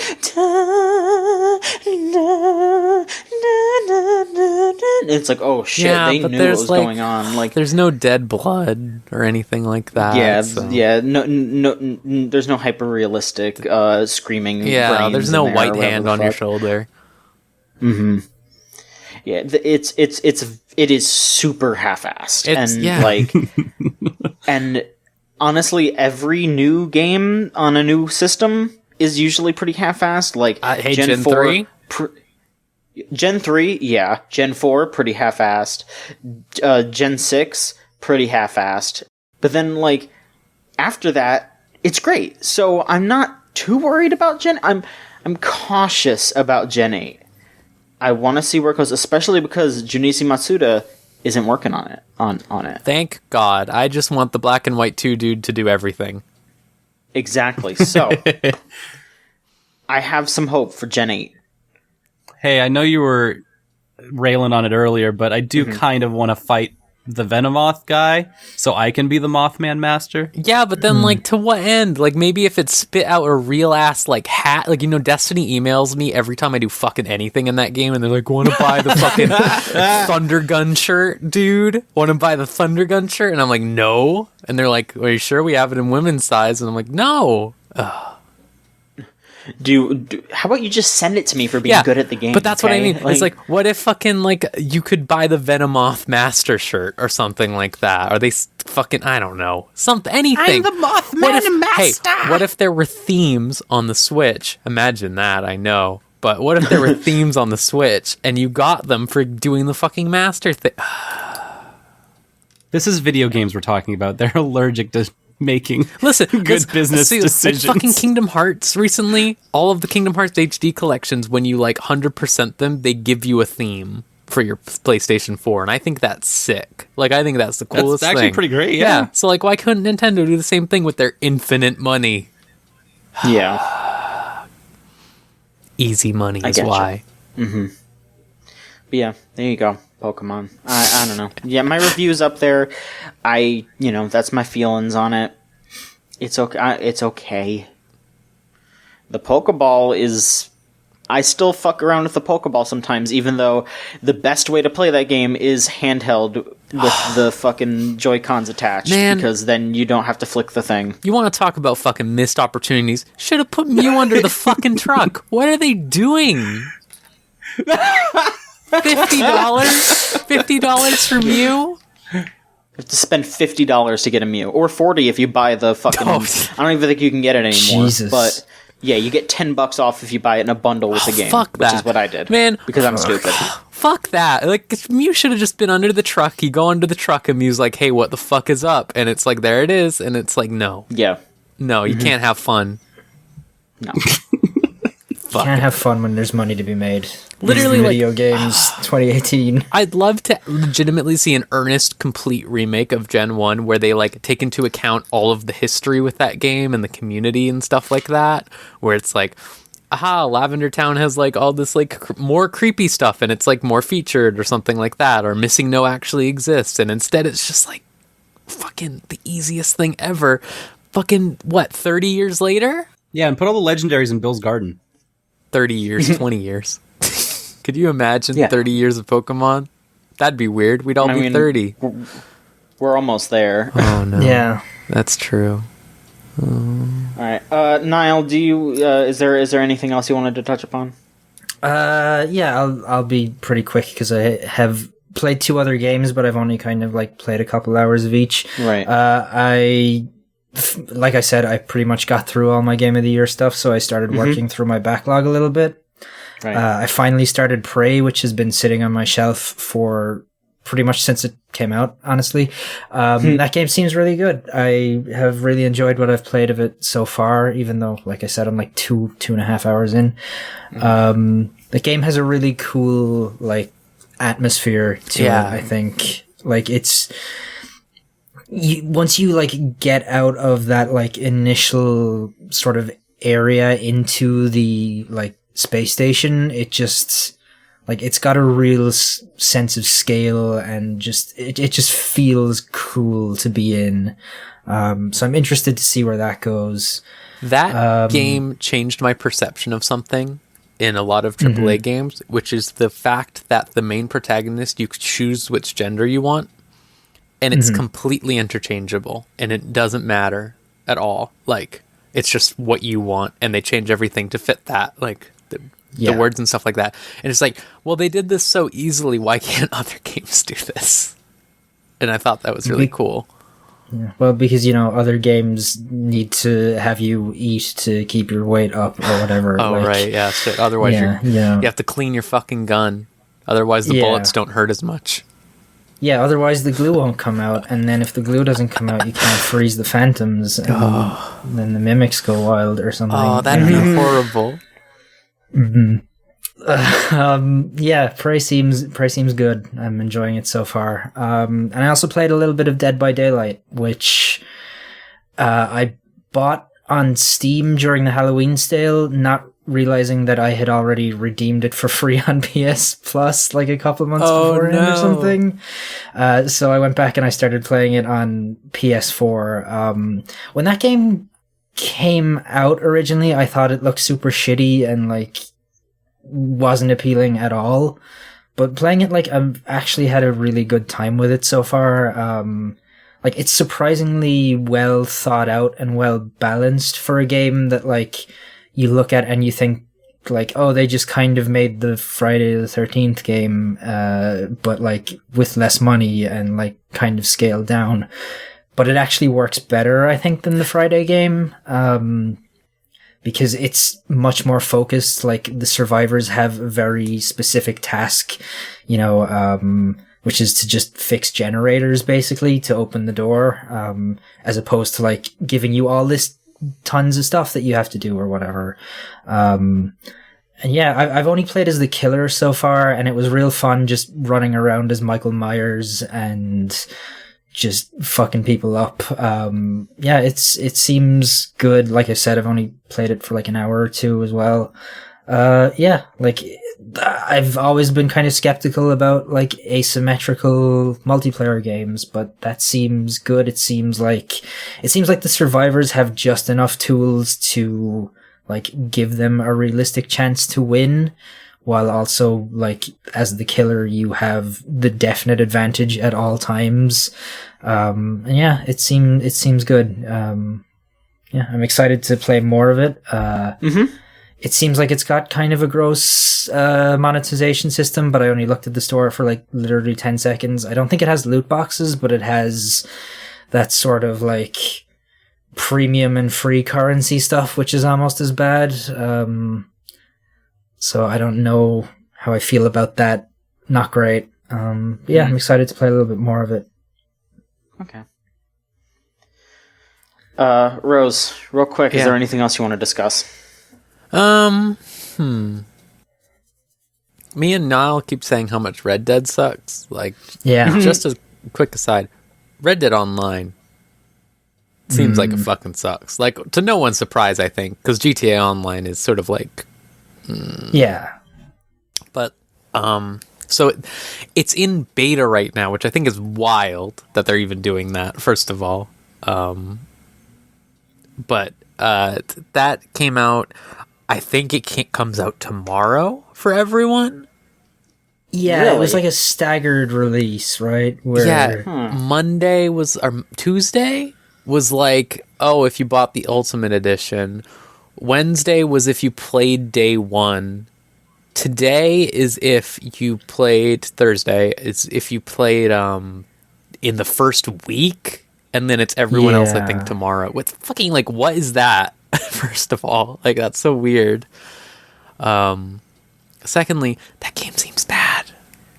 Yeah, it seems like it's gross in every way that you would have expected it to be. So there's gold bars is the shark card thing now this time around, and you use it to like buy horse insurance. Horse insurance. Horse insurance makes it so that if your horse dies, it instantly respawns. Again, I'd like to reiterate, that's the premium currency you use to buy that. And it's spend it on something. It's buy horse, from what I've heard. You can use those gold bars to reset your morality meter, which is the most fucking video games. I mean, I feel like we're going to be talking about that morality meter before the end of the year in certain contexts. But like, like when you think about the way the morality meter in that game works, like just doing like missions and the stuff you're supposed to do automatically makes it go towards the good no matter what. Like, why would you, like, unless you're accidentally doing too many missions and it's making you a good cowboy when you don't want to be, like, it's a mess. I've been hearing that when you finish a mission in the online, it fucking gives you like $3 to $5. Great. Which is like, you can buy 4 baked beans. Yeah. And it's like, beans. wow. And it's just like, the character models I've all seen from it look horrible. Just like the default character model is like really scary and weird looking. It's real bad. It's just a horrible scene. It's like, I hope people are smarter about this than GTA Online. I know that game's already sold a lot less than GTA did, which makes sense. I mean, more niche theme. I don't know. Cowboys are less over crime. Yeah, cowboys over like general crime. But it's just like cowboy crime is the nichest crime. Yeah, for real though. Like they all died. Who's doing cowboy crimes anymore? That's who we gotta find. We gotta find the person still doing cowboy crimes. And it's just like, Niall, did you see any of the fucking stupid, like, anachronistic things in Red Dead 2 when you were playing it, like the UFO and the ghosts? I saw some of the ghost stuff. I didn't find the UFO or anything. Like, a lot of that stuff just... that... Like, it's all just... it all just makes me sad. Like, honestly, like... So much of Red Dead just, like... it just leaves me just depressed to think about it. Like, honestly, it's... And not in the way they intended. Yeah, like, so much of that stuff, it feels like, you know, somebody had to work a 40-hour week on top of their 40-hour week just to, like, that was 80 hours of somebody's time to do that, and... To fucking put all the dinosaur bones in. Yeah, I didn't get a single dinosaur bone or cave painting or fish or whatever other fucking collectibles that game tries to get you to get. I didn't do a single one of them. Because it's like, why would you bother? Who could possibly care? All right, Rose, I've got a pitch. I've got a pitch for Red Dead Online. Okay. So I want them to spend these gold bullions on some really powerful stuff. I'm thinking... a horse modification. Okay. I think that if there were a way that you could, like, you know, spend $15, get a little car key for your horse that you can click it, and then it locks your horse so nobody else can horse jack you. Oh, you know, a cowboy car key. No, don't give them ideas. They'll do it. I just want to be able to, you know, hit a button and have my horse go boop boop. They'll do it, like you joke, but I feel like we're gonna see Red Dead Redemption 1.25 patch. Park your horse, like fucking park your horse. Yeah, it's just so bad. Well, they'll be Pegasuses by then. They'll have wings. Oh, that's you're too real right now. Yeah, there'll be a unicorn in that game by Christmas. The fucking. I also saw earlier today, my girlfriend was showing me the Red Dead Redemption 2 clothing line in real life. Yeah. That looks so bad. There's like, it's all like normal ass shirts. I think like the one thing I would go like, oh, okay, is like Arthur's jacket, I think, that he starts with. You can like get, and it looks like, that looks fine. Okay, sure. But then like one of the items is just like a normal ass purse that says Red Dead Redemption 2 on it. And it costs like $70. Yeah, you know. They're all really bad. There's maybe two things that are good in it, and the rest of it is all like, I could go buy this for $3 at a thrift store. Wait, yeah, I'm looking at this, and these are just normal long sleeve button down shirts. Yeah, they are. And they made I don't them, see any ruffles. The worst thing is they made them look like fake dirty almost, also. Yeah. Fake, like, scrunched up Yeah. and, like, non-ironed. Yeah. Bad. It's like the equivalent of buying pre-torn jeans or whatever. Yeah. Like, it's just like, ugh. Who would do It's that? not... They could be selling cowboy clothes. Oh, if you wore these, you know what people would say? You sure are wearing clothes. Yeah, like no one would say anything. What if they made a collection of cowboy hats, like a line of cowboy hats you could buy? I think that would be better. Because, like, If you went up to someone wearing all these clothes and you were like, I'm cosplaying, they'd be like, oh yeah, I love The Sims. yeah. Oh God. Red Dead Redemption 2 is bad, everyone. They do have a nice leather duffel bag, though.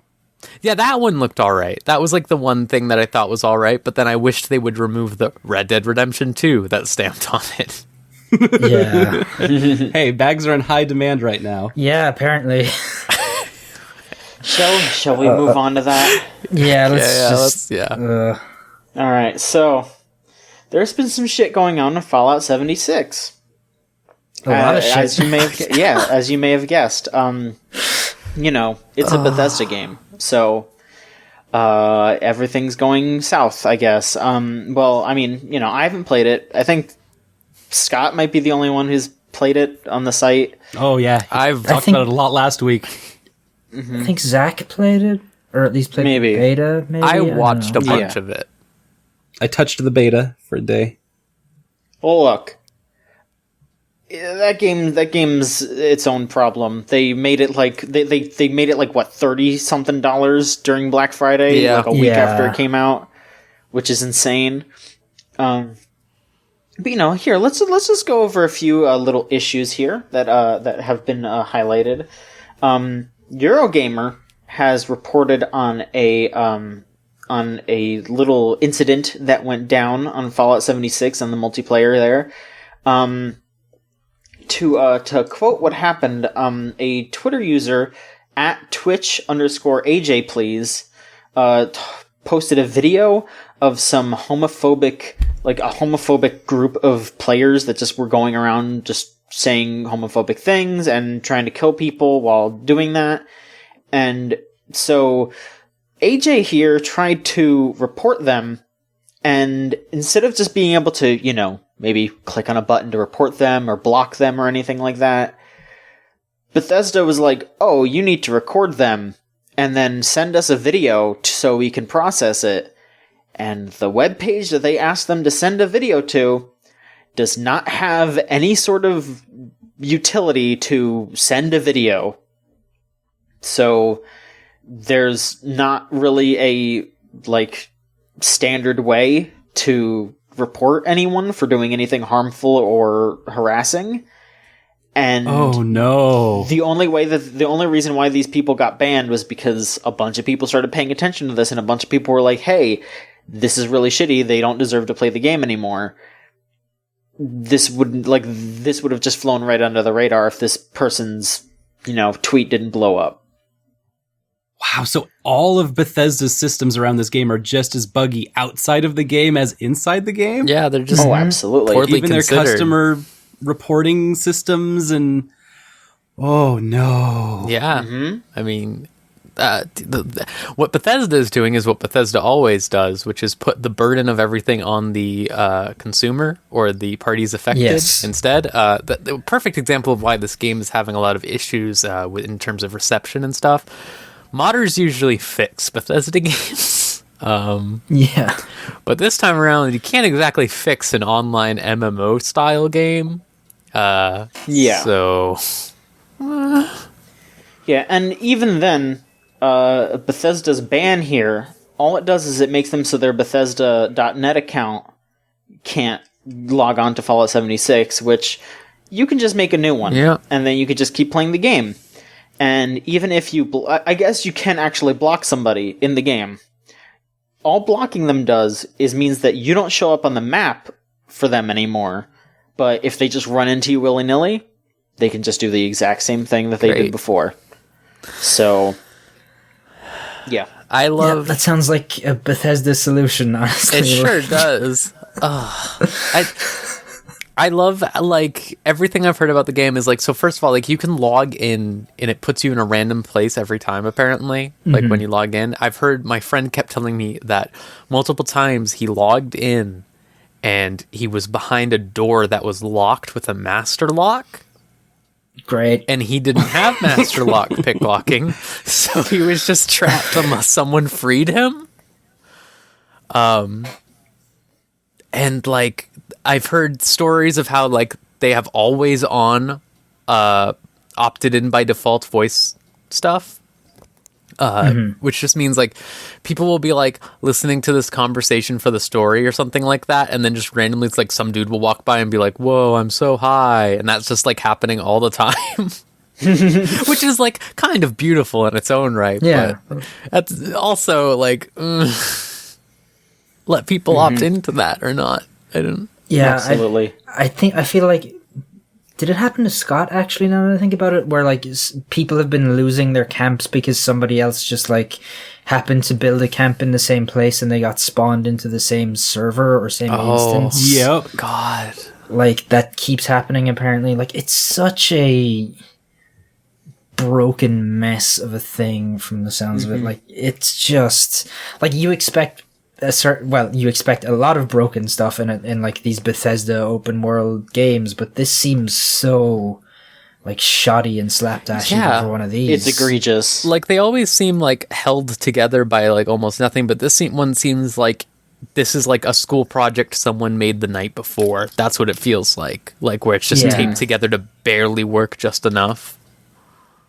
Yeah, it feels like, you know, you hear about, like, closed door E3 demos where they're, like, following a very specific path, because if they go off the path at all, like, the game just breaks. Like, that's what this feels like, except anyone can bang on it and do anything they want for public consumption.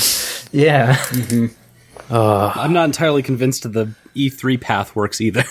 Yeah, I mean, they kind of didn't even really show that much at E3 of it, like, so, like,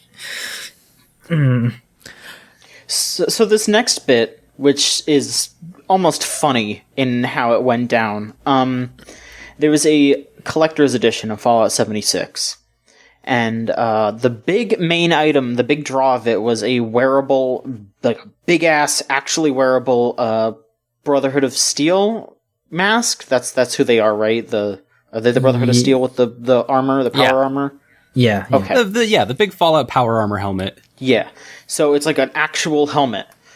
And they advertised it as being held in a nice canvas bag. And, you know, they were like, this will be like a nice bag that you could just carry around with you. You can take the helmet out and put your things in and carry it around and just have a Fallout 76 bag. So this collector's edition was $200.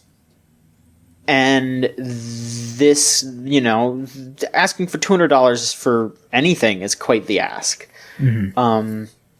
And when the collector's edition actually came out, it was not a canvas bag. It was a really shitty, like, nylon bag that would rip if the wind blew too hard. It's so fucking funny.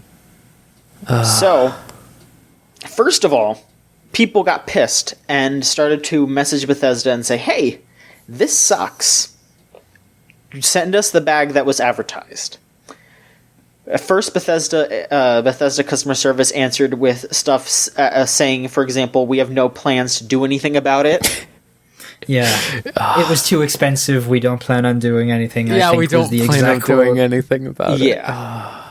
Fuck. And some of them were claiming that it was too expensive. Some of them were claiming that there was a shortage of materials, so they had to use nylon instead. So after a while, after people kept hollering about it, Bethesda said, all right, for everyone who got the collector's edition and is upset about the bag, you can send in a complaint and we'll send you 500 atoms, which is the, like, premium currency, which is $5. Yeah, I saw something like 500 atoms, you can buy, like, a door for your house and some flowers. You can't even buy the skin that has a canvas bag, and the ultimate irony. Like, Yeah, that skin is like 700, I think I saw. Like, yeah. And also, So- by accepting that 500 in America, it opts you out of being able to participate in a class action lawsuit. So if you did that, if you bought the collector's edition, don't accept that 500 atoms. Just either start doing the process yourself and wait until somebody. I mean, I'm sure somebody's already making those moves because hey, it's Bethesda. I feel like they have to do a class action lawsuit every time they release a game. yeah. So the last bit, the real icing on this cake here. There was a promotional event in West Virginia for Fallout 76 where they brought like influencers and YouTubers, etc. And at this event, they gave them fucking canvas bags at the event for free. Oh, man. Fucking Bethesda. Wow. It's insane. It is insane. It's like everything around this game is so insane. Like, it's like it'd be bad enough if it was just like the bad Fallout, whatever MMO prototype thing. It's just like also this fucking stupid bag shit. Also, like the homophobic gangs and stuff like that, and the support website. And it's just like everything comes together into what the fuck. It's a nightmare. At this point, I feel like if you buy Bethesda games, it's kind of just on you now. Yeah. Like, there's no excuse anymore. Like, first-party Bethesda games, I feel like, are done unless there is some very, very market improvement, which they haven't shown any reason to do that yet. So, yeah, I mean, they just had an interview 2 weeks ago where they said Starfield and Elder Scrolls 6 Yes. are on fucking Gamebryo still, or whatever the new version of Gamebryo is, which is already, what is it? It's 19-year-old engine? Yeah, it's like Morrowind that came in. Yeah, so like 19 years so or like- something. Yeah. people went into the files of Fallout 76 and saw just like they didn't even change the names of it, just stuff from Skyrim. Like, Yeah, oh, here's the dragon I saw from stuff Skyrim. from Morrowind also. People were posting like It's unreal. it's Yeah. Unreal. Listen, there was a period of time in the industry where everyone was making their own fucking stupid engines and stuff, and that was a waste of time because it's like, hey, Unreal is just there for like a lot of games and Unity and stuff like that. Yeah. But then it's like, okay, if you're going to have an engine that needs to do all of this custom things and have these bold storytelling decisions you want it to, then you have to put in the work and put in that ridiculous amount of money that you have.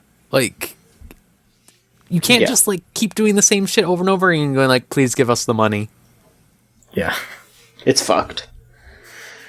So yeah, there you go. That's your Fallout 76 update. I'm sure we will have more to say next week because there always seems to be more. There'll always be more.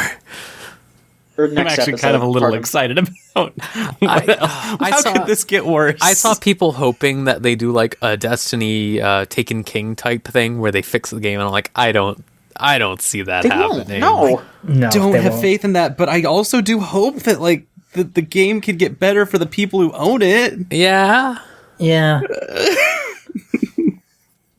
It's a lost cause at this rate, I feel like. I'm sorry to say. Yeah, there's like a part of me that wonders, like, the people who bought this game, how long are they gonna put up with it? You know, Yeah. like, there's only, like, you can only burn so much goodwill, and you can only string people along for so long. So, like, I don't know if this game, even if they did fix it in the way Bethesda fixes games, like, is it possible for it to have like a No Man's Sky style resurgence as a thing people will go back to if they do that, or are people just like, nah man, fuck this, I'm like out, I can play Rust or Scum or Ark or The Forest or any of these other like 7 million survival games, like, Yeah, just mod some 50s music into Rust, and there you go.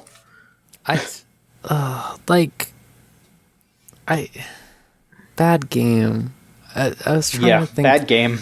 Something about it that was just like, oh, right. It's still so strange to me that they made a survival Fallout game as their multiplayer fucking Bethesda game. Yeah. Because, like, even though I personally don't think it would be any good, like, people wanted co-op.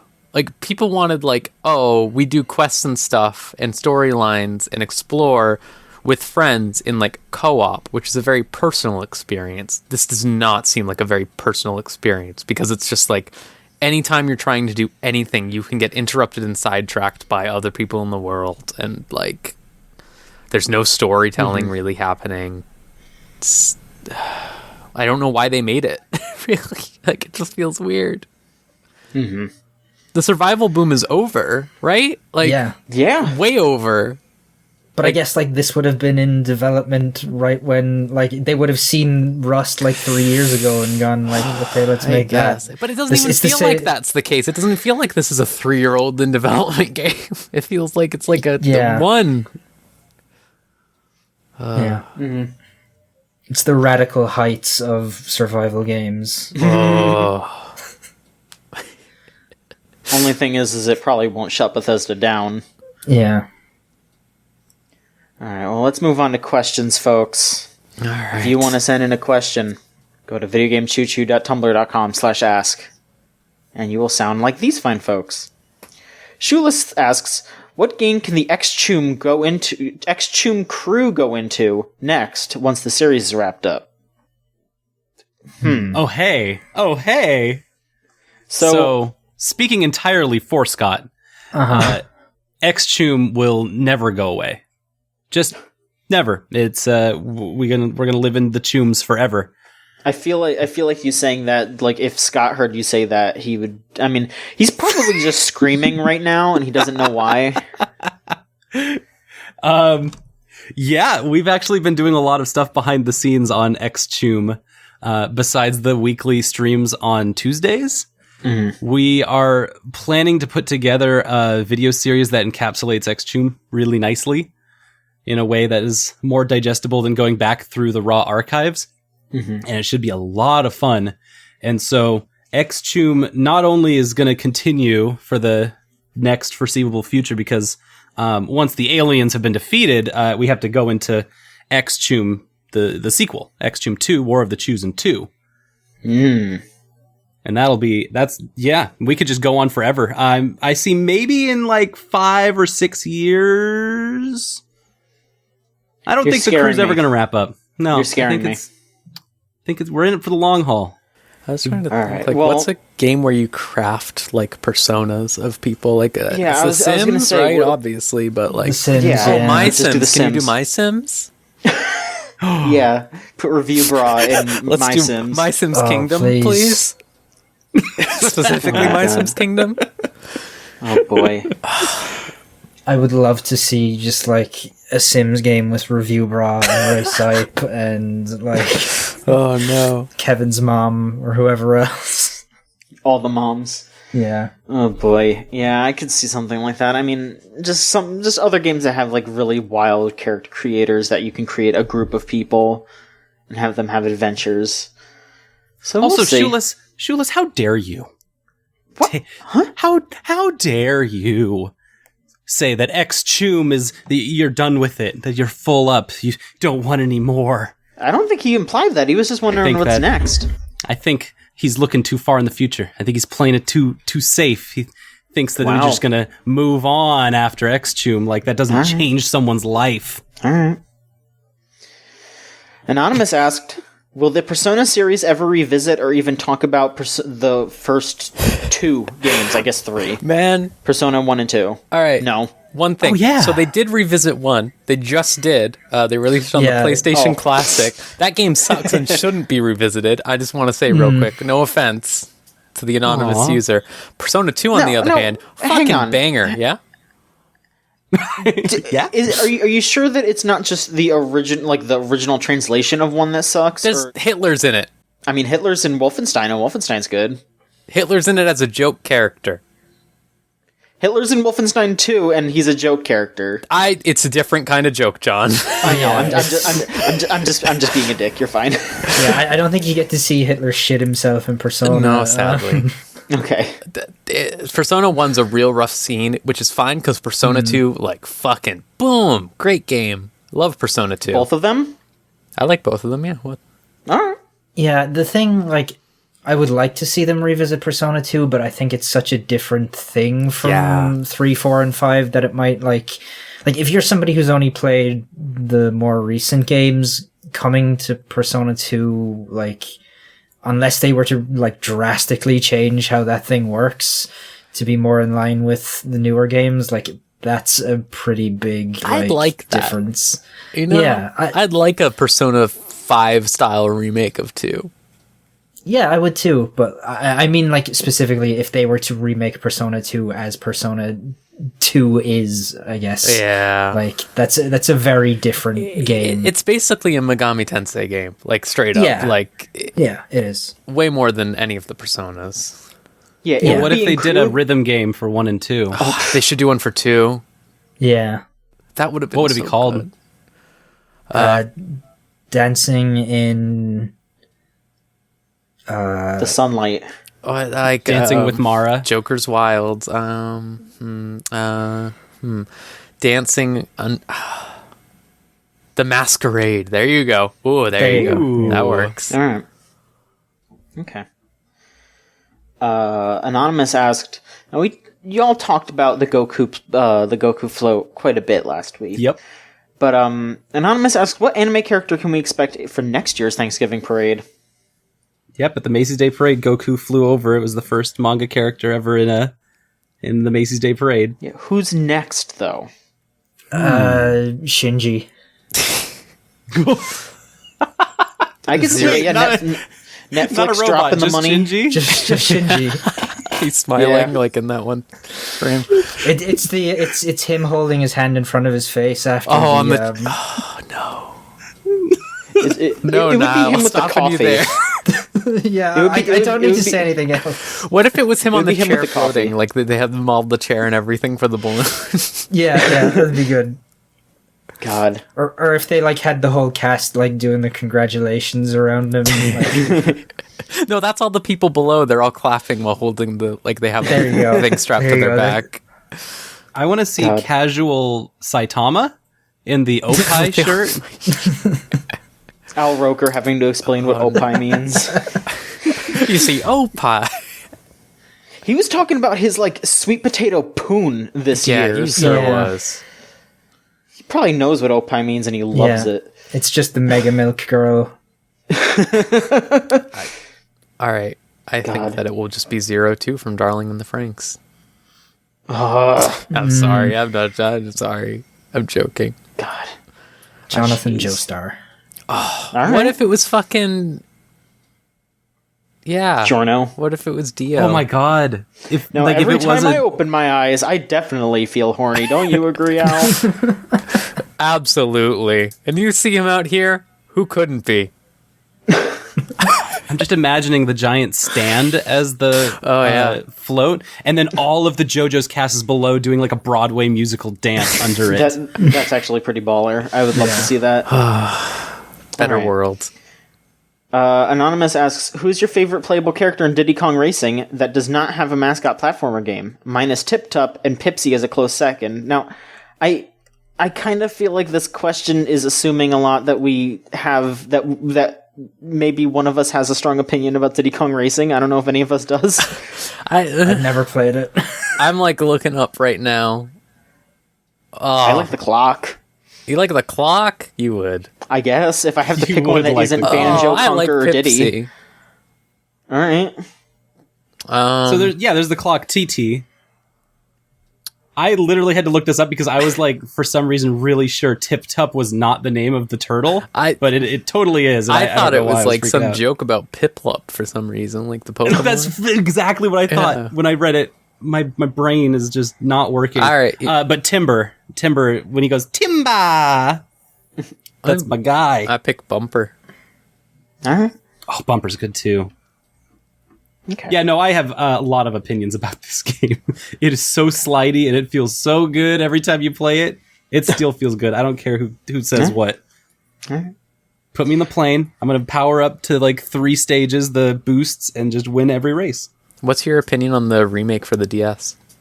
I haven't played it. I don't know. Anonymous asks, what game magazines did y'all read as kids? When did you buy your last one? I don't remember ever buying a games magazine. Really? 'Cause, Really? the only memories I would just read them in the supermarket when like my parents were shopping, and then I'd put them back because they were like, all right, put that back. And I was like, yes, I'm a good child and I have no need for this because I've already consumed all the information and I can't steal it through my brain. See, And that was also the first time I shoplifted. hey, yeah. Well, that was a real one to end on right there. I just have to say, because now I'm like all like, wow, yeah, okay. I subscribed to them so that I could cut out pictures from them and make little collages. Whoa! That was fun. That's brilliant. You should have seen my Shadow the Hedgehog one for the issue where he's on the cover and he's on his fucking Harley. That was a real good one. Of course. But yeah, I was subscribed to Nintendo Power, EGM, Yeah. and then I got Game Informer in my teens. And the last one would have been like 2011 because I was like, man, I'm done. Yeah, I was pretty much the same thing, like I was I'm still the big Nintendo idiot, but Right. yeah, I read a lot of Nintendo Power growing up, and I dabbled in that for a while, and then I got EGM for a bit, and honestly, I usually just, because I think we got EGM through some kind of like deal or some sort of subscription deal thing, so this was before I was really into games coverage, so I just remember always skipping to the back and like looking at the Sean Baby stuff and the Sue and Chan comic, because I was just like, oh, these have pictures. And then, funnily enough, you mentioned Game Informer. I subscribed to Game Informer like last year because I went to GameStop to trade in a bunch of shit. Because I wanted to get Breath of the Wild, because that was when Switch is coming out. And I don't know how this math works, but I traded in enough stuff where I could basically get the like Gamers Plus whatever the hell thing for free and still get the same amount of money because like the percentage of trade would go up. So they just gave me that, and that comes with a year of Game Informer, so I just got Game Informer for free. So I read it, they write good articles sometimes, so I was like, alright, that's fine. Whatever. Yeah, like, hearing Solon being like, oh, I would just read them in the supermarket or whatever, just is so weird to me, because, like, over here, all our magazines would be, like, sealed in little bags, like, in, like, plastic bags, so you couldn't read them in the store. Oh yeah, they started doing that with the gaming ones over here. They'd put little like cheat books or like a free gift in the bag with it, so that like they had to keep them sealed or whatever. Yeah, so I used to read CVG and Games Master. Games Master. Yeah, Games Master just like a month or two ago ended publication, and I was super bummed out about it. I read those every month until I wasn't allowed to read CVG anymore, because they like redesigned it when I was like 12 or 13 in like 2002, 2003, just before they shut down, and it became like sort of like this. You've probably like seen those weird like British like lad mag things where it's like, it like basically became one of those. They used to have like, after it got redesigned, there'd be like, oh, here's our cheats section, which now just has a lady in like a nurse outfit that is like super suggestive and barely like covering up like anything. It's like almost porn. So my parents stopped me from being allowed to read that. And then I started reading, reading Play as well as Games Master, and yeah, those were the ones I read. Last time I bought one was 4 or 5 years ago when I was going on a very long flight and I was waiting around, and in the like airport bookstore they just like had a copy of Edge magazine, so I was like, I'll read this issue of Edge, sure. That's the serious gamers magazine. Yeah. Like, yeah, so that was the last time I bought one. I keep being like, every 6 months I'll be like, I should buy an issue of like PC Gamer or something, just to have a games magazine, just to like relive that feeling, and then I don't, and yeah. You know what? A couple years ago, there was the Unwinnable Kickstarter that had a subscription, and that was like a digital magazine. And the Unwinnable, getting that every month was awesome. It was very cool. Yeah, I miss games magazines. Like, I miss that feeling of like holding this like tome of knowledge in my hands every month. Like, there are still some games magazines. What's funny is that there's still PC Gamer and some like US publications that have full-on magazines, but I think the two interesting things are, there's like, I'm trying to remember, I think it's Nintendo Force now, and they just have a Patreon, and you spend like $10 a month and they send you like an actual magazine, and it's basically just Nintendo Power again. There was also the people who made the Coleco Chameleon were running like a retro game magazine through Patreon for a while, I believe, and like never got any issues out to anyone. Surprise, surprise, the Coleco Chameleon people weren't very good at running a magazine either. Like, yeah, but there is actually a really good retro magazine that I think is from Europe, because I'll go to like Books A Million or something and I'll see it in there, but it's always like $16 an issue because they have to import it, and I'm like, ooh, that's spency. Yeah, I still see that. Like, sometimes we still have like, I want to say like 6 or 7 print gaming magazines here. Because Edge is still going. Like, Edge I see Edge. Going, I see Edge too. Yeah, the official PlayStation and Xbox magazines are still going. PC Gamer is still going. Games TM, I think, just shut down, as well as Games Master. I want to say there's one other. There's definitely one other, but I can't think of what it is. I will say that I never quit Game Informer because of umbrage with the content particularly. I think they do good work, especially now. I think they have a lot of really well-written previews and stuff like that that you won't really find anywhere else. And interviews. Never enough interviews. I will say there's a certain member of the press who is now known for another website that was annoying me greatly in the magazine back then. I see. And then I had a revelation like 3 years ago, and oh shit, wait. And it all made sense. And that's all I'm going to say. God. All right.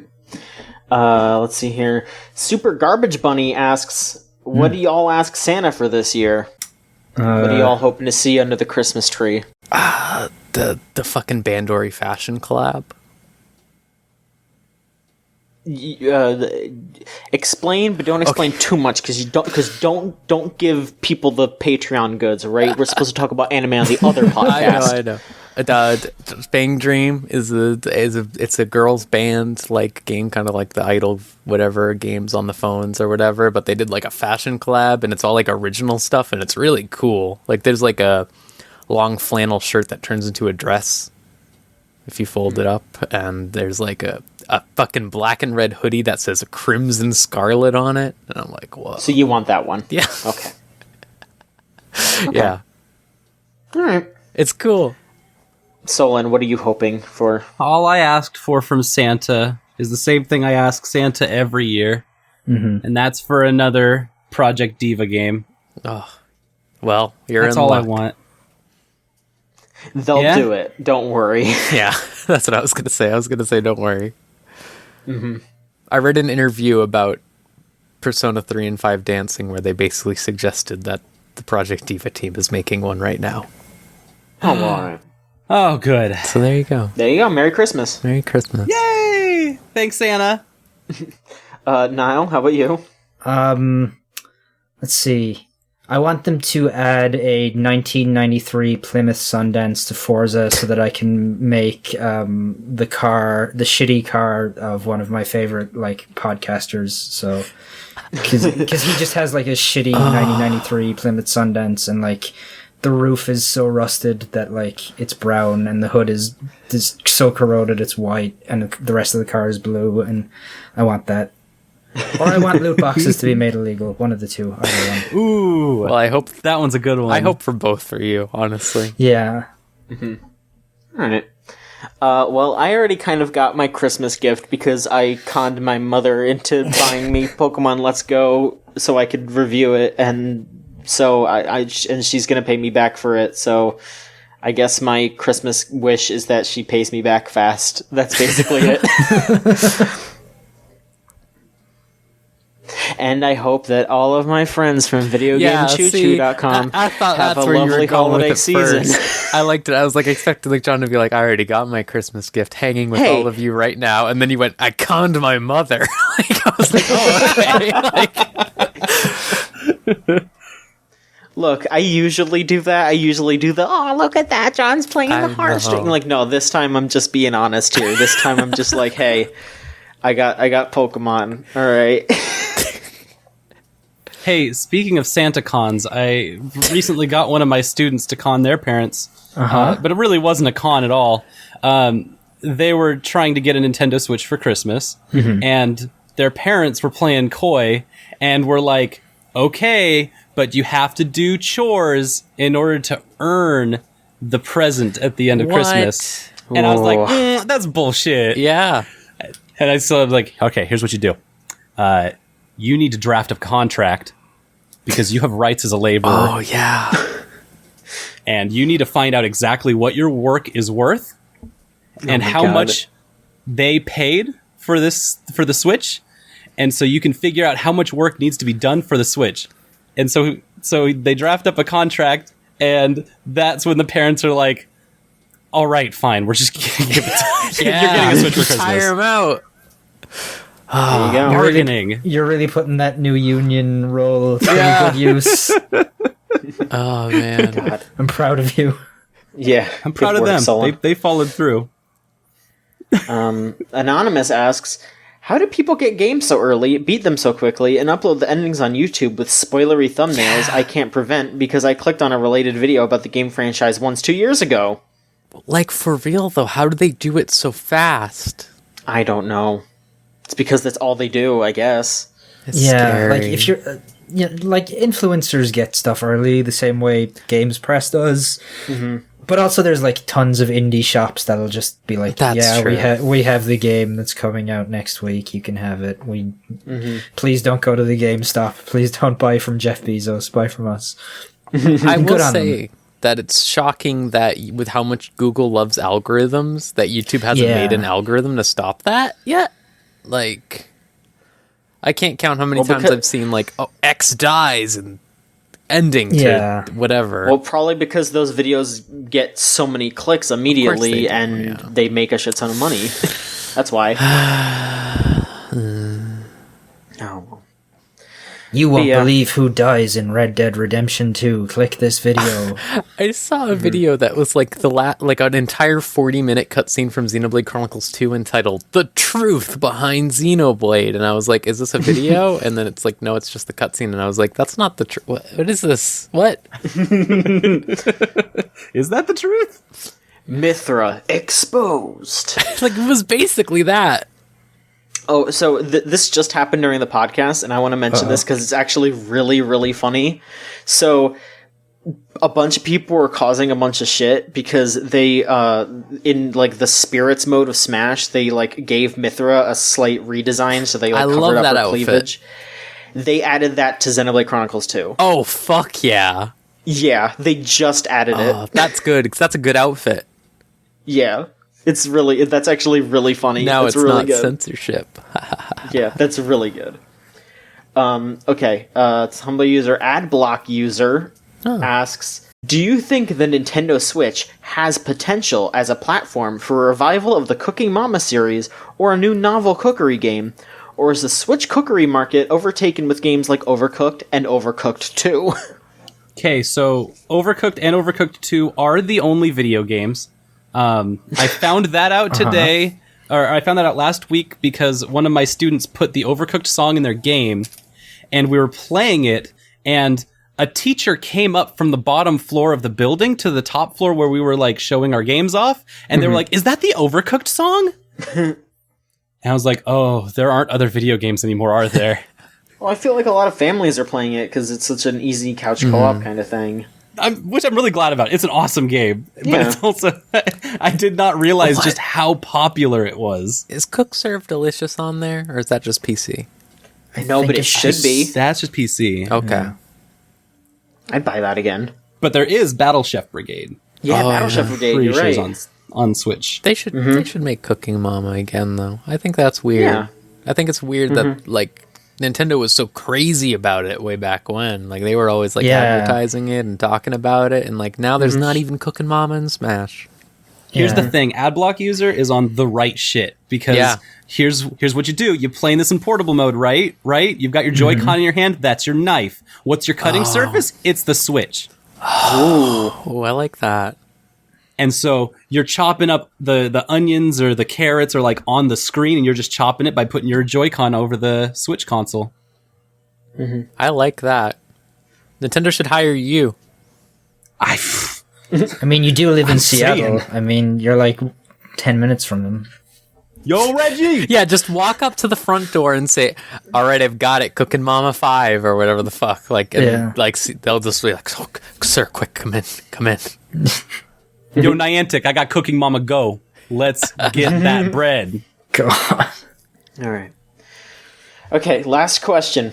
Again, if you want to send in a question, videogamechoochoo.tumblr.com/ask. And here we go. Harlequin Wheels asks, the Yakuza games don't take themselves that seriously, especially in their mini-games.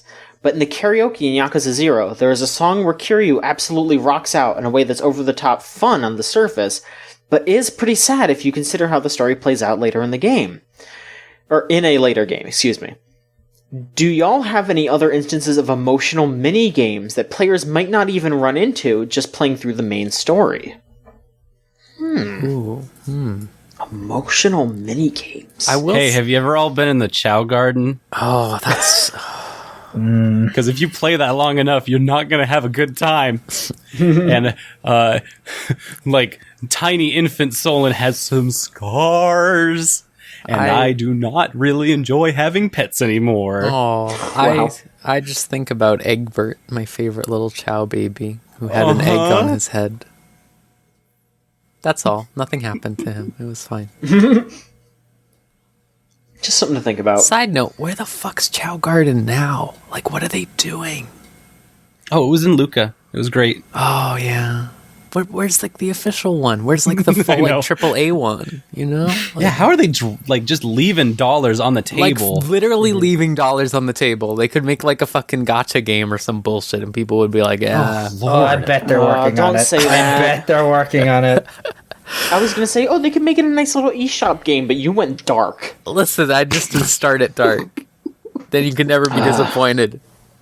There's some kind of like Chow Pachinko game with gotcha elements coming. Like, it's on its way. Chow Go. Fire me, Sega. Yeah, you go walk up to Sega real quick.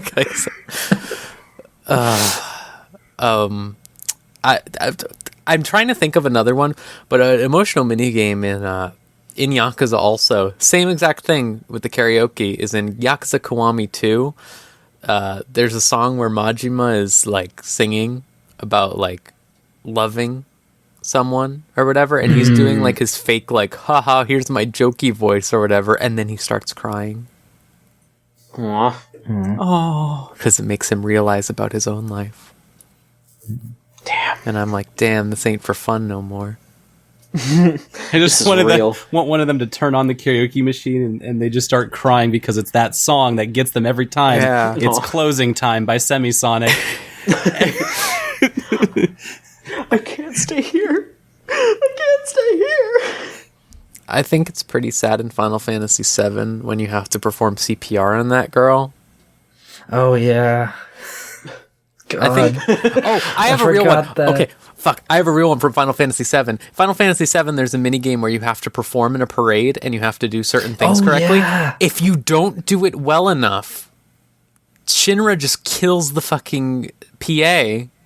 Yeah. Who's in fucking charge of setting up the parade, and then they say, send that guy a bomb, referring to you, and then it says, obtained grenade. Whoa. But that guy died. Yeah, I can't really think of anything, honestly. Like, an emotional minigame. Like, usually stuff like that, they want to just let you blow off some steam. So, yeah. That I love this question. This is a subversion of the minigames. You're right. That little, like, virtual handball minigame in Heavy Rain where he starts freaking out and having a cocaine relapse in the middle of it. What about... What? God. Yeah, he like, the detective guy in Heavy Rain has, like... It's not cocaine, but it's some, like, mystery drug that he snorts. He's, like, addicted to it, and there's, like, super cocaine. Yeah, super cocaine. And there's a scene where he's, like, using his virtual reality glasses to play, like, handball against the wall, and then he just starts freaking out, and, like, his nose starts running, and he's like, I need to hit it, super cocaine. And Speaking of David Cage in Indigo Prophecy, it's very sad when you have to have him have sex with his ex-girlfriend because you realize she doesn't love him anymore. The real emotion. yeah. David Cage going hard as hell was the most emotional thing to ever happen in a video game. Oh, yeah. It's a pity you can't, like, actually play that part where he's just dancing, just going for it, because that would have been better than any other part of the game, and it still sucks. Oh boy. Alright, well, that will do it for this week's show. I want to thank you three for being on. Thank you so much. Yeah, of course. Thank you. Thank you for having me, John. Absolutely, anytime. So first off, we will not be having another episode next week because we're going to be doing Game of the Year, and we need to not do too much work. We're going to be very busy this month anyway, so cut us some slack, alright? We're going to skip a week.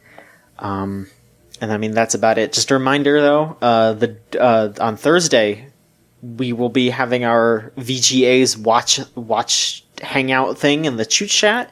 Go ahead and join that. It's thegamezone.zone. You type that into your web browser, and that'll send you straight there. Follow us on Twitter at VGChooChoo. Follow us on Tumblr, videogamechoochoo.tumblr.com.